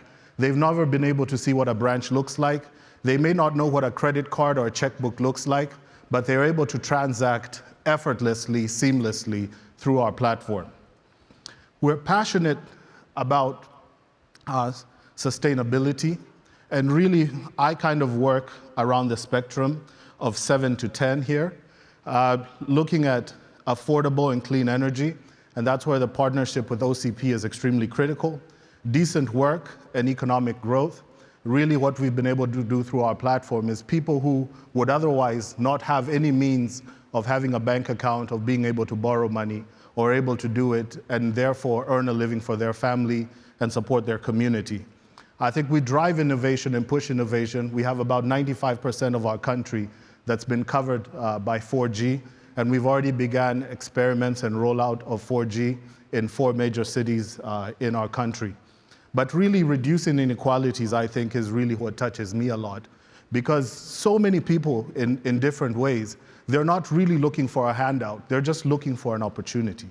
And if we can come together, the community and Safaricom, and see how we bring our insights on technology, on mobile money, and power it up with the power of the compute and hardware and everything that the OCP community brings to the table, how much more can we be able to reduce inequalities and also ensure that there's responsible production and consumption. So last year, our CEO rolled out a new vision for the company. So we've been a telco with a fintech financial services arm. And we said our purpose still remains to transform lives, but we want to be a purpose-led technology company. And surely playing in the realm of technology is not the same as playing in the realm of telco. It means completely rethinking about your technology stack. It means rethinking about your proposition, your go-to-market. It's really redesigning a lot of what you became successful for and realizing that that's not necessarily what's going to make you successful as you go forward. But still, we talk about being digital first. We talk about being insights-led. And really at the core of it, where I work in networks and IT and data and analytics, it's really ensuring that all these pillars are delivered. I think one of the things that we've been able to do well is really to connect people, connect businesses, and to connect people to opportunities. So overall in our country, we got about 54 to 60 million active subscribers. We have about 70% market share in that. We have an 87% internet penetration. And as I mentioned earlier, 30 million active mobile money subscribers. The money that's transacted in and out in terms of the agents, and I'll talk a bit about that, is about 5 billion, but overall 20 billion on the platform a month. The agents is an interesting part of our ecosystem. I was Googling and looking at the United States. I started my career as a banker in Pittsburgh. But overall, the branches in the United States are about 78,000, give or take. But we've been able to get 245,000 agents. And what's an agent? An agent's an individual who many times can operate in a little space as 3 feet by 3 feet and maybe 6 feet high. And you just walk up to an agent with your mobile phone. In telco, you would call it a terminal. And you give them your phone number, and you give them money, and they can take it, and they give you mobile float, and it pops on your phone. The agents can receive money from you, but also you can do a cash out. So pretty much I can say in many ways the agent's a teller. But we've been able to also give them a lot of other things that they can do. They're able to sign up new subscribers. We recognize that the trust the agent has in their community is a lot more than the trust people may have in large corporations. And so around Kenya, when you see a little green metallic structure, the first thing that comes to your mind is M-Pesa. So through that channel, that's the 5.8 billion that's transacted in and out. Many times people have been afraid of digital disruption, but I always say it is an opportunity to actually leapfrog and create new things and do things that have never been done before. M-Pesa has been an interesting story. So for about 14 years, this platform has really changed how people look at mobile money and the possibilities. It really started as a simple money transfer that was solving a problem of people moving money and having to take money from the city to the rural areas, sometimes not being able to travel with the money because of the cost of travel or an urgency that's required in the middle of the week. So people would typically put money in a bus, and the bus, they trusted the bus company to take money to a rural area, sometimes even 500 miles away. The money would be received as cash, and the family of the person working in the city would be able to use it, take their kids to school or various other things. Through time, we brought payment for services, paying for goods, electricity, water. I actually haven't been in a bank branch maybe for the last 3 or 4 years, and I'm able to transact everything, including paying for my children, paying for flights, using a mobile phone. International money transfer, it's the largest channel through which Kenyans bring money into the country. 2012 was quite interesting. We partnered with a bank that I worked for at the time, and we were able to empower Kenyans to open a savings account and also be able to borrow. And all of a sudden, that bank, and I worked for it with 60,000 customers, grew to over 20 million customers. Full payments of goods and services is available. In 2015, we brought the M-Pesa servers home from Germany. M-Pesa, originally, large partnership between Safaricom and Vodafone Group. So we brought the servers home in 2015. A lot of value addition happened 2016, 2017, card solutions, M-Pesa Global. And 2019 was an interesting one with M-Pesa Fuliza. Fuliza is a word in Swahili that means to continue. Now, we noticed by studying data that 56% of the transactions that would fail on our platform would actually be completed the day after. And so it wasn't an issue that people didn't have the money, they just didn't have the money in their mobile wallet at that time. So we developed a digital overdraft solution, and this is really part of also having dignity for our people, that when you're at a till in a supermarket and you're about to pay, and remember this is a country where credit cards are not widely used, and you're just short of the money a bit, we're able to immediately score you and offer you an opportunity to complete that transaction with an overdraft. I always say that over 200 years ago, the first overdraft was completed in Scotland, but the first digital overdraft was done in Nairobi, Kenya in 2019. Through this platform, we lend about $15 million a day. And for the people who are in banking, the non-performing rate of these loans is less than 1%. It's about restoring dignity for our people and being able to transform lives. We realize how impactful this has been in Kenya, and we've expanded now into Africa through M-Pesa Africa. And you see the numbers there. Kenya is still the largest, but really doing well in Tanzania and Mozambique, scaling in Ghana, 90% market share in Lesotho, and really being the leading local payment method in our continent really comes with a big responsibility to ensure that we're still continuing to address the needs that people have, not just to transfer money, but lots of other things that they may want to do. People want also, through 25,000 partners that we have built their businesses around this platform. I joke with people that I have an availability target of 5 nines. And each time this platform, even if it has a hitch for 10 minutes, it's trending on Twitter, and sometimes somebody's asking for me to be fired. But but you are tech people and you understand what that means. A few weeks ago, when one of the big tech companies had an incident, our CEO asked, what's going on? Is it us or what's going on? He said, this is a global crisis. It happens, but it's all part of making it clear that sometimes things go wrong, but really the pressure is upon us to ensure that we're not just only failing people, but really our economy largely depends on this platform. So it's not just used to pay, it's also used to borrow, to save, and so much more that we want to do. So what does this mean for a CIO? I think if we look at the transformation the company is going through, you look at the mobile money platform that really runs our country in so many ways, scalability and stability are extremely important. And that's one area that we intend, through the project we're running now with OCP, to really leverage. There's increased complexity we see in our environment and limited automation. We really need to open this up, and we're looking at robotics and how we can really decouple and break this infrastructure from a monolith to a microservices cloud-native infrastructure to ensure that even if I have a fault on one side, I'm able to continue operating, to ensure that we can do things like canary deployments and being able to deploy in one part of the country and see how the solution works and then roll it out to the rest. Agility and security become extremely important. Digital trust, especially as we deal with mobile money, is really extremely important to our success. There's a lot of barriers we continue to face in adoption of the next generation of technology.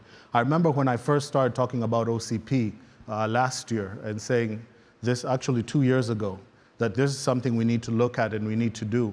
A lot of people had never heard about OCP, so I started educating them how this aligns with our sustainability goals, how it will help us reduce on our CapEx, our OpEx, how it's going to help us be more energy efficient. I was calculating, we spend about a huge amount of money, $10 million a month on diesel. How can we bring that down by getting more energy efficient solutions in our data centers? And then there's resource optimization and cost allocation. Our customers are still saying, we love your services, we love the connectivity that we're able to get almost in any part of the country, but how can you make this cheaper for us? And for me, I look at it as a way that, how are we able to actually put more money back in the hands of our consumers so that they can be innovative, so that we can look at things like services and innovation and less of it in hardware. And OCP, I believe, is a perfect solution for us in that regard. So we are committed to OCP. There's a number of diverse use cases that we've kicked off. We've definitely kicked off the data center one. Next year, we want to look at facilities. So we do have a rack, server, storage, and networking in our current project that we're looking to launch it, mainly beginning with some of the big data use cases and data science entirely. Then really looking at the tools around it and bringing our DevSecOps program also into the space. The target that my team and I are looking at is really to have 80% open hardware and software adoption by 2025. And this means that in many ways, whether we're running on a public cloud or a private cloud, especially for our private cloud proposition, that all of that is running on OCP. We see the opportunity in terms of energy savings, and we say this is where we want our new data centers to play in. A number of big groups are of interest to us. So I talked about the facilities, networking. Definitely being a telco, it's good to hear some of the examples and some of our partners on stage talking about what they've been able to do. Networking becomes critical. The telco side, Open RAN, looking at security as well as server and storage. And we're looking to work together with our partner Atlantis to go beyond and take OCP solutions jointly to the market. We have a lot of the financial institutions in our country and big businesses and government who are looking at our project quite cleanly. And some of them said, George, are you sure you're going to do this? If you do it, we're going to do this. So I'm quite excited about what this opportunity brings. I'm excited that for the first time on our continent, that we're going to have a large-scale deployment on OCP. And maybe as the examples are given about the regions that have full data centers that are OCP, I want to trust that we'll be talking about doing it also in Nairobi, Kenya, as part of being innovative, as part of having value, and also about transforming lives. So as I close, I know Africa's been known for many things. Some of you may say poverty, some of you may say war, some of you may also not know that we have the most minerals in the world. But I make a proposition that Africa is the hotbed of innovation. And we have unique challenges, but I also believe there are unique opportunities for the community. And I encourage the community to engage with those in other regions, to be able to learn and also to share, and so ensure that there's a broad perspective as we look at new designs and new projects. I also believe that if we come together and work together, we'll not only be able to transform lives through open possibilities, but also we'll be able to build a sustainable future for Africa. Thank you so much, and it's great being here.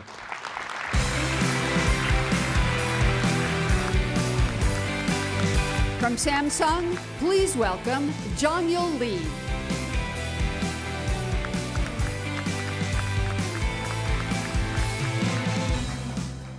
Hello, good morning. My name is Jong-Yul Lee. I'm an Executive Vice President of Samsung Electronics. Last year, I was looking forward to meeting you here in OCP Global Summit. But unfortunately, because of the pandemic, I couldn't do that. So I am really happy to meet all of you in person and virtually today. How many of you know about Samsung's open source activities? Probably not many. That's why I am here to share our effort and achievement in open innovation. Let's get started with Samsung open source journey. Samsung open source journey started from 2017 with F2FS. F2FS is a file system to be optimized for the NAND flash. Currently, F2FS is widely used in smartphone. F2FS was followed by Multistream, OpenMPDK, and Mission Peak. In terms of participation to OCP, we became the community member in 2015. We upgraded our membership to silver and gold in 2019 and 2020, respectively. This year, with the industry leaders, we kicked off Future Technology Initiative. We made the first contribution to OCP in 2019 with Mission Peak. Finally, last year, we announced Project Poseidon version 1 in OCP Virtual Summit. Let me recap Project Poseidon a little bit.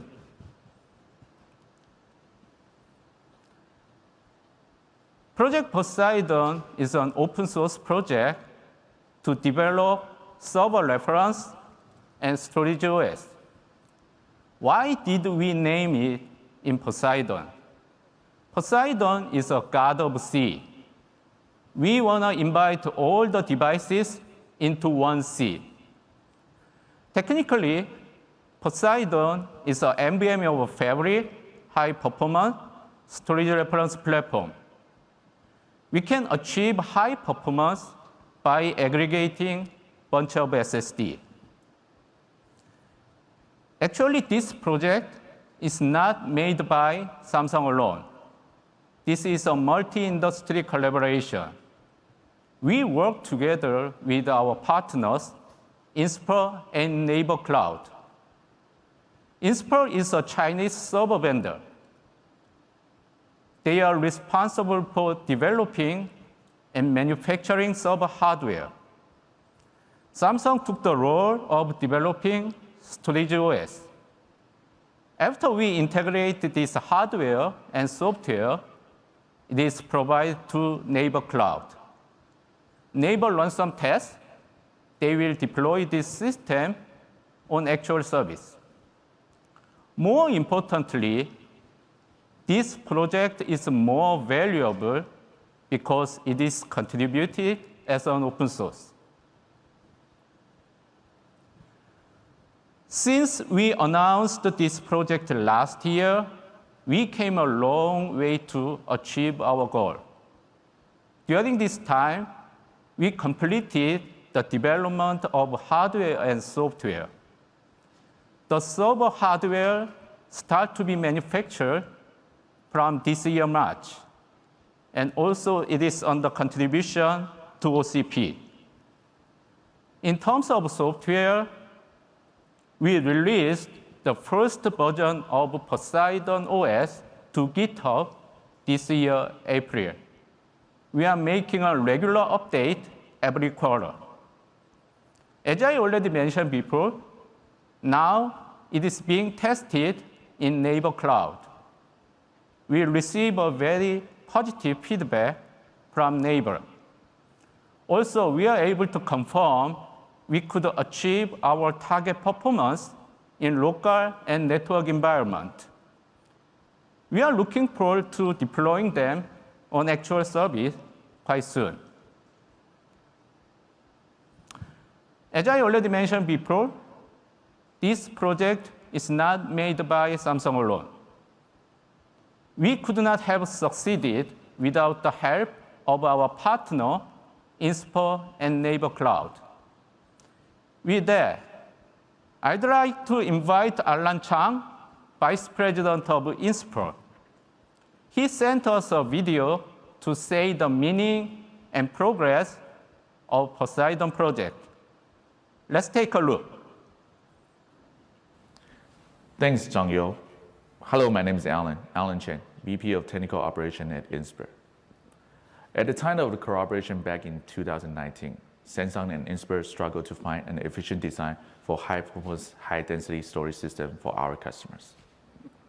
Samsung proposed to have an open storage system that is optimized for NVMe over Fabric and also incubate OCP community with the knowledge of the new SSD E1.S form factor. Inspur at the time was working on general-purpose enterprise server spec that aimed to maximize the OCP adoption in EIA 19-inch. Eventually, we were able to make GP and Poseidon to share about 80% of the same building blocks, modules that is in the system.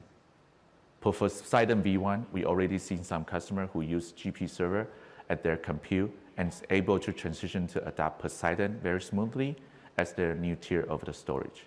It's a win-win situation for our customer because modular design to help reduce redundant effort on engineering and validation effort across the board. We believe E1.S brings revolutionized use case for our customer, and I'm super excited about what the new V2 spec will bring the new use case for our customer. Now back to you, Jung-Yo.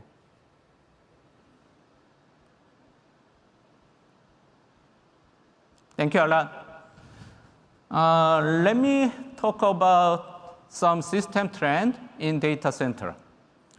The evolution of technology and its speed are eye-catching in the field of data center. Especially, the high-speed interface of PCIe is changing quite rapidly. As you can see, it took 7 years to upgrade from PCIe Gen 3 to PCIe Gen 4. However, it took just 3 years from Gen 4 to Gen 5. To follow such speed, other composing parts need to be changed as well. One of the examples is a form factor. Up until now, as a SSD form factor, we used M.2 and U.2. But to support PCIe Gen 5, EDSFF form factor will be the best fit. Also, some new standards are being emerged in memory and storage area. Let me bring 2 examples, such as CXL and computational storage. CXL is an interface defined by Intel. CXL can be used as a memory interface as well as storage interface. In terms of computational storage, SNIA is a main standard body to define the spec. Samsung also launched the first version of Smart SSD last year, and we are developing the second version of Smart SSD now. Under this paradigm shift, we have initiated a new reference platform, Project Poseidon version 2. So I am really excited to announce Project Poseidon version 2 today. Poseidon version 2 is a new reference platform to use PCIe Gen 5 and E3 form factor. Compared to version 1, using PCI Gen 4 and E1.S form factor, it can achieve higher performance, it can accommodate more density. Also, to fully support E3 form factor, we provide two types of backplane on the same server. We can plug in E3 thin and thick into type 1 and type 2, respectively. Let's take a closer look at what is inside Poseidon version 2. It consists of not only up-to-date technology like DDR5 and CXL, but also open source technologies. The green-colored devices are compatible to OCP spec. These days, OCP started to release SSD spec, including boot drive. Samsung also applies those specs when we develop a new SSD product. We added a bit of innovation by adopting OCP NIC and DCSCM developed by OCP. We designed our hardware and software to support various kinds of devices. It means that we can build composable architecture by mixing and matching those devices depending on the use case. Let me talk about 3 examples. If you want to process an explosive amount of data, you can build high-performance shared storage by installing 24 units of E3 SSD. If you are a user who is hungry for DRAM capacity, then you can make high memory server based on the CXL memory expander. Or if you really want to run AI and ML application, you can make accelerator server by using Smart SSD. This composable architecture can be possible because of variety of Samsung memory and storage products. In this slide, let me give a brief introduction of Samsung product. Looking at this picture, Samsung covers most of the memory and storage product from SSD to DRAM.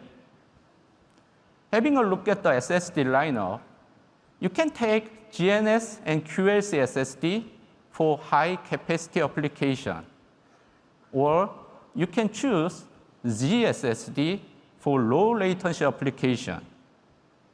Especially in this year, Samsung is going to launch the first PCI Gen 5 SSD. When it comes to high bandwidth and high capacity memory, CXL memory expander and DDR5 can be the answer. So again, I would like to say Samsung has a whole lineup of memory and storage product that is bespoke to our client's need. As much as we are developing hardware, also we are upgrading our software. Our ultimate goal is to provide end-to-end comprehensive solution to encompass from SSD to application. Also, our composable architecture can be enabled through our continuous effort for this software. Let's take a closer look at what is inside Poseidon OS. Obviously, it provides storage function. We can provide efficient and useful storage functions like volume management, performance throttling, and provisioning.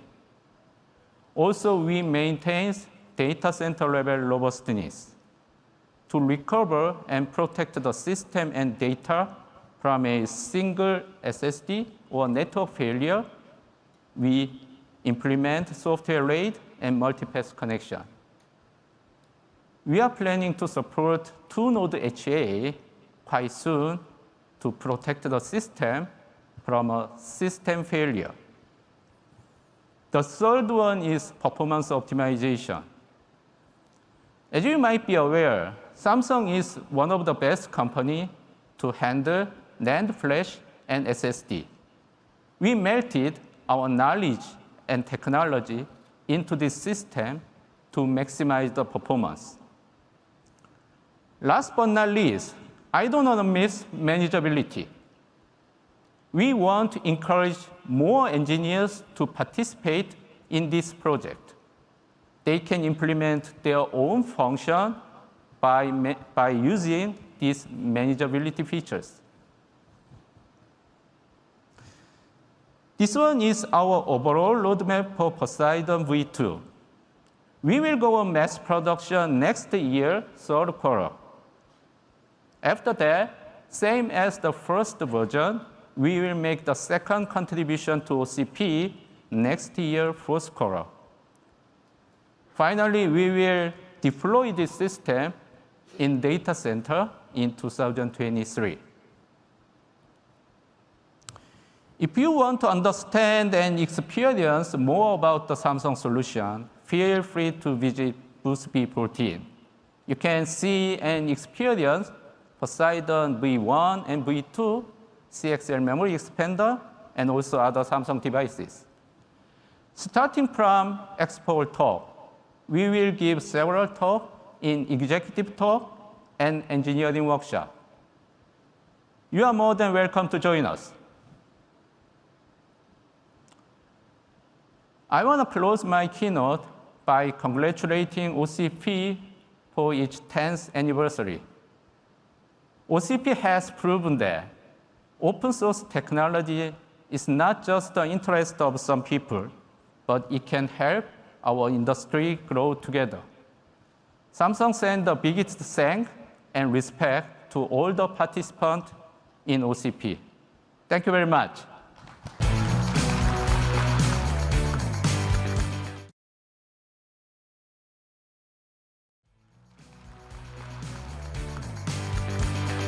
From Intel Corporation, please welcome Zane Ball.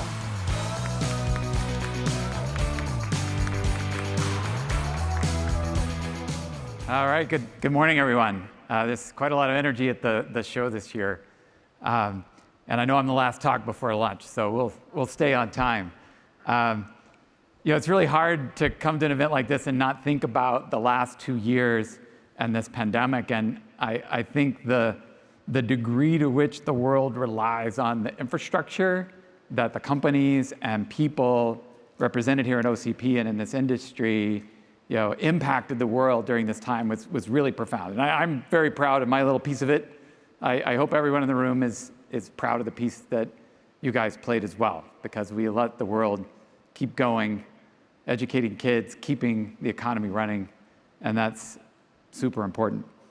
And it also highlights the degree to which I think the economy has become digitized and the amount of opportunity that's opened up for us. But the opportunities for us and the responsibilities that go with that have to be reckoned with. There's some facts here that I just kind of keep toying in my head, and how important it is to just think about the global economy is 60% digitized even today. We have 1.5 billion CPU cores in operation today, but we will have 5 billion by 2025. The rate of expansion is profound. And this last data point is one that I think is very sobering. To realize that up to 20% of electricity utilization will be consumed by data centers by 2030, depending on what we do. I think it's fair to say that the cloud and the digital world that we've built is no longer just a sector of the economy. We are the infrastructure for the economy. And so if we're going to deal with the problems that we have, there's really nobody but us. And I think at once that's sobering, but it's also exciting. And how in this industry do we solve these kind of problems? Well, we solve them together through standards, through open platforms, and open standards. Intel has been investing in these areas for decades, things like CXL, things like PCI Express, things like DPDK, OpenBMC, all kinds of open platform solutions. And that allows companies large and small, academics, governments to innovate on top of our platforms and make them better. And the standards allow us to innovate on top of others' work and make them better. And because of those open platforms, we're able to accelerate. And that's how we're going to solve problems. And that's why OCP is such a key venue for us to come together and address the key challenges that face us. And there's lots of challenges, but I really wanted to draw your attention to 3. And you've heard about some of these already at this show. And the first one is sustainable. We're on a path to 5 billion CPU cores. That's one measure. How are we going to do that sustainably? Right? We have problems in terms of carbon emissions. We have problems in terms of e-waste and circularity that we need to address. And OCP is a great venue to work on these problems together. Second, as we move to these extremely large fleets, whether they're deployed a diversity of locations in the edge or they're concentrated in hyperscale data centers, we're managing fleets of compute that are on a scale way beyond what we've done in the past. And that scale is showing up as new problems, novel problems that we haven't encountered before, and we need to attack them. And I'm going to talk about an important one today. And then finally, something that OCP does really well and that Intel is very vested in, and that's advancing hardware standards, especially around modularity. If we're going to meet the needs of this 5 billion core world, we're going to need to build servers faster. We're going to need to enable reuse. We're going to need to enable infrastructure that can last longer and be upgraded. So modularity is key. And so we're going to talk today about a path forward in that regard. But first, let's talk about sustainability, a hot topic this morning. Intel's been investing in sustainability for years and years and years. As a semiconductor manufacturer, we have key challenges like water usage, like electricity consumption. And we've been investing for a very long time in conservation. We've saved over 7 billion gallons of water. We are 82% green power globally today, with work to do even better. But like many companies, we can work on our own operations, but I think there's other problems that can only be solved by cooperation, by working together, by building standards that help us solve bigger problems. And one of those is e-waste. OCP has a circularity and life cycle work stream that we think is very important. Intel is contributing to it. And what we all have to realize is that we have to design with the end in mind. When we architect our infrastructure, when we come up with the designs for the servers, and we build the supply chains of the future, we need to understand how that full circle of the life cycle is going to look so we can plan ahead for it. We can't just tell ourselves, we're going to ship massive amounts of infrastructure and one day we'll recycle it. It's so much more than that. And there's a lot of work to be done here. So what sort of goals should we take on? Here's a few that I would offer up for us to think about. Number one, why can't we entertain less than 1% e-waste as a percent of data center BOM? I think we really, when we think about the scale at which we're starting to operate, we have to have very aggressive goals because we're talking about a lot of physical infrastructure. Second, in the next 18 months, can we define standard measurements for CO2 and get the right kind of accounting in place so that we can tackle the problem? And that includes scope 3 emissions. And then finally, I think the biggest one, can we tackle an order of magnitude improvement in data center carbon emissions? Big, big challenges. And I think only by working together are we going to come up with solutions and a roadmap forward. Okay, second, I want to talk about at-scale operations. Something I've learned in the last few years is when you build a large compute infrastructure and you bring to it super stable software and excellent telemetry, you start to learn new things about computers that we didn't know before, and we start to see some novel problems. And those problems are going to get bigger as time goes on, and we need to address them. And scale problems have been around for a long time, and OCP and other venues, we've been addressing them. And it starts with telemetry, and Intel and others, we've made investments in telemetry. Devices have good capabilities, which are unleashed by open source projects like OpenBMC, by technologies like Redfish that allow us to begin to manage fleets at a large scale. We've also learned that if you want to have high reliability in a global infrastructure, you have to be able to do advanced debug remotely. If there's a server 6,000 miles away that is rebooting a little bit more often than it should, you need to be able to remotely address the problem and remotely apply a patch or do advanced diagnostics. And we've enabled the capabilities to do that. So those have been important problems we've solved in the last 3 or 4 years. And these technologies are in various states of adoption. But there's a new problem, and we call it in-fleet diagnostics. One of the new problems that we've learned in this billion core era is that silicon is not always perfect. There are silicon defects, and while in the past you could probably pretty much ignore it, today you can't ignore it anymore. And those defects might escape a manufacturing line, or maybe they even emerge over time. Google and Facebook have published papers in the last year outlining the challenges that this can have. It can cause a system to become a little bit flaky, maybe it reboots, maybe it even can impact your data. So that's a profound concern that we have to take very seriously. And at Intel, we've been working hard on this problem, and we've produced a new tool that we call the Data Center Diagnostic Tool. And this has been available on our website for some time. You can download it today if you'd like, and it runs on any Intel Xeon processor. And it can find a defective CPU relatively quickly, and you can also deploy it at scale in a background mode to perform testing on idle resources over time. It's a good tool, and our customers are happy with it, and we're seeing improved fleet reliability as a result of its deployment. But we don't think we're done with this problem, and we think the larger the fleet size gets, the more sophisticated we're going to need to be to understand how to make silicon as reliable as possible. So I'm announcing today that we're opening a new open source project on GitHub, the link is also on the foil, called OpenDCDiag. And so we're taking the software framework of the data center diagnostics tool, we're opening that up so that others can experiment with it, can add new tests, can do research, and we intend to partner with our customers, we intend to partner with academia, and finding new and clever ways to address this problem, either more efficiently or more comprehensively. It's an exciting project, and something that I think is going to become more and more important in the years ahead. Finally, I want to talk about modularity, and I kind of saved the best for last. I am so pumped up about the things we can do with our next generation standards in hardware. So, at Intel, we have been working for quite some time on a project that we call Project Blue Glacier. And Project Blue Glacier is a vision for how we standardize the server into common building blocks. And some of the work getting to this vision has already been done. There has been DCSCM, now in its version 2, which we've contributed to, which is a key component of the vision. There is the OCP NIC v3, which is a key component of the vision that we have worked for. So why is this important?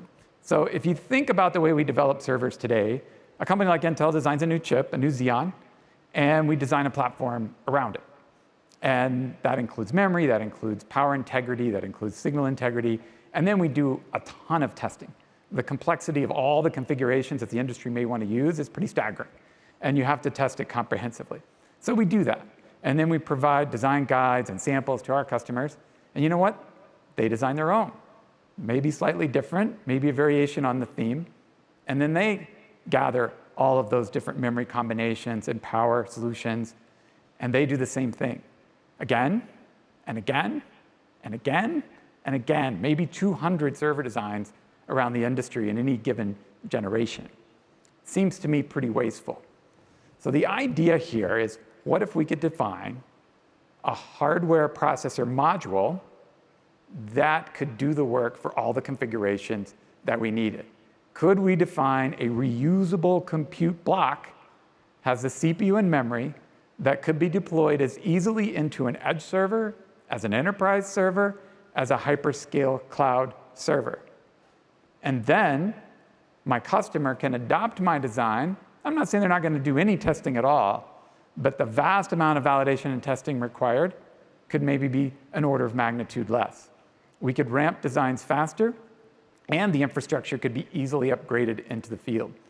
So I think it's an incredibly powerful idea. The question is, can you solve all the technical problems? And can we get the industry to congeal around a solution? And so I have, well, I thought I had a solution to show you on stage. But maybe we can just deal with the graphic here. The first evolution of this is a design we call Ruby Pass. And Ruby Pass is in our labs today, and it is running. And it solves all of these problems of getting into an edge server, a hyperscale server, and an enterprise storage server. And so it only has one flaw, and that we designed it before we completed the DCSCM V2 specification. And now we have DCSCM V2, and we're developing a new generation of the design. So the next generation of this design is pictured here.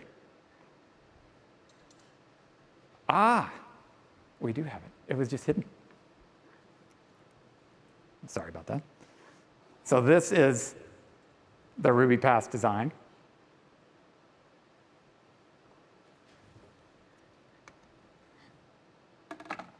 And this is our DCSCM version 2 module. So between what we learned in Ruby Pass and what we've delivered with the DCSCM version 2, we're now able to take on the next generation that you see here. So it is our intent at Intel to take Project Blue Glacier and the engineering solutions that we have solved, working with our partners to lead the next generation of modular compute. You will be hearing more from us on this topic in coming months, and I think we're going to garner these huge benefits we can from a fully modularized server design going forward. So we've talked about problems, and we've talked about solutions.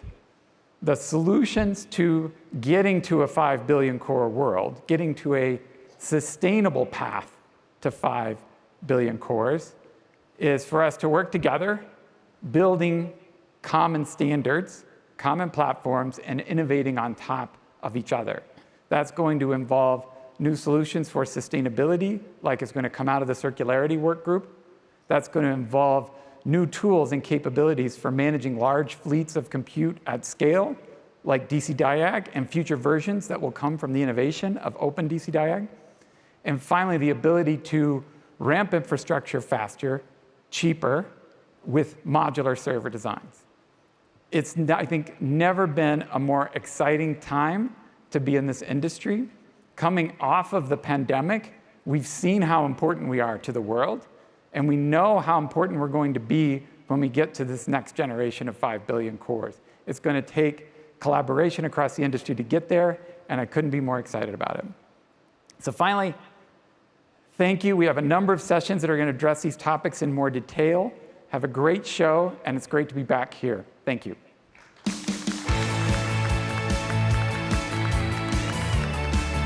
Please welcome back Bill Carter.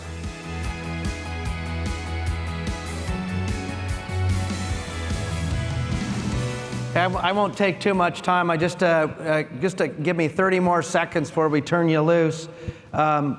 This is a big deal for a team of 12 of us to put on an event like this and do this literally every 6 months, because we have our global summit today, and then 6 months from now we have a regional summit in Prague. So I just want to thank the F&Tech team. They've been a partner with us on this journey and have been doing this with years, and so we can't do it without them. If you see the F&Tech crew and the guys running around the hats, making sure that the wireless connections are working and the lights are on, and in the AV equipment in the back of the rooms, and micing people up. If you're a speaker, thank F&Tech for the wonderful job that they do and make this available.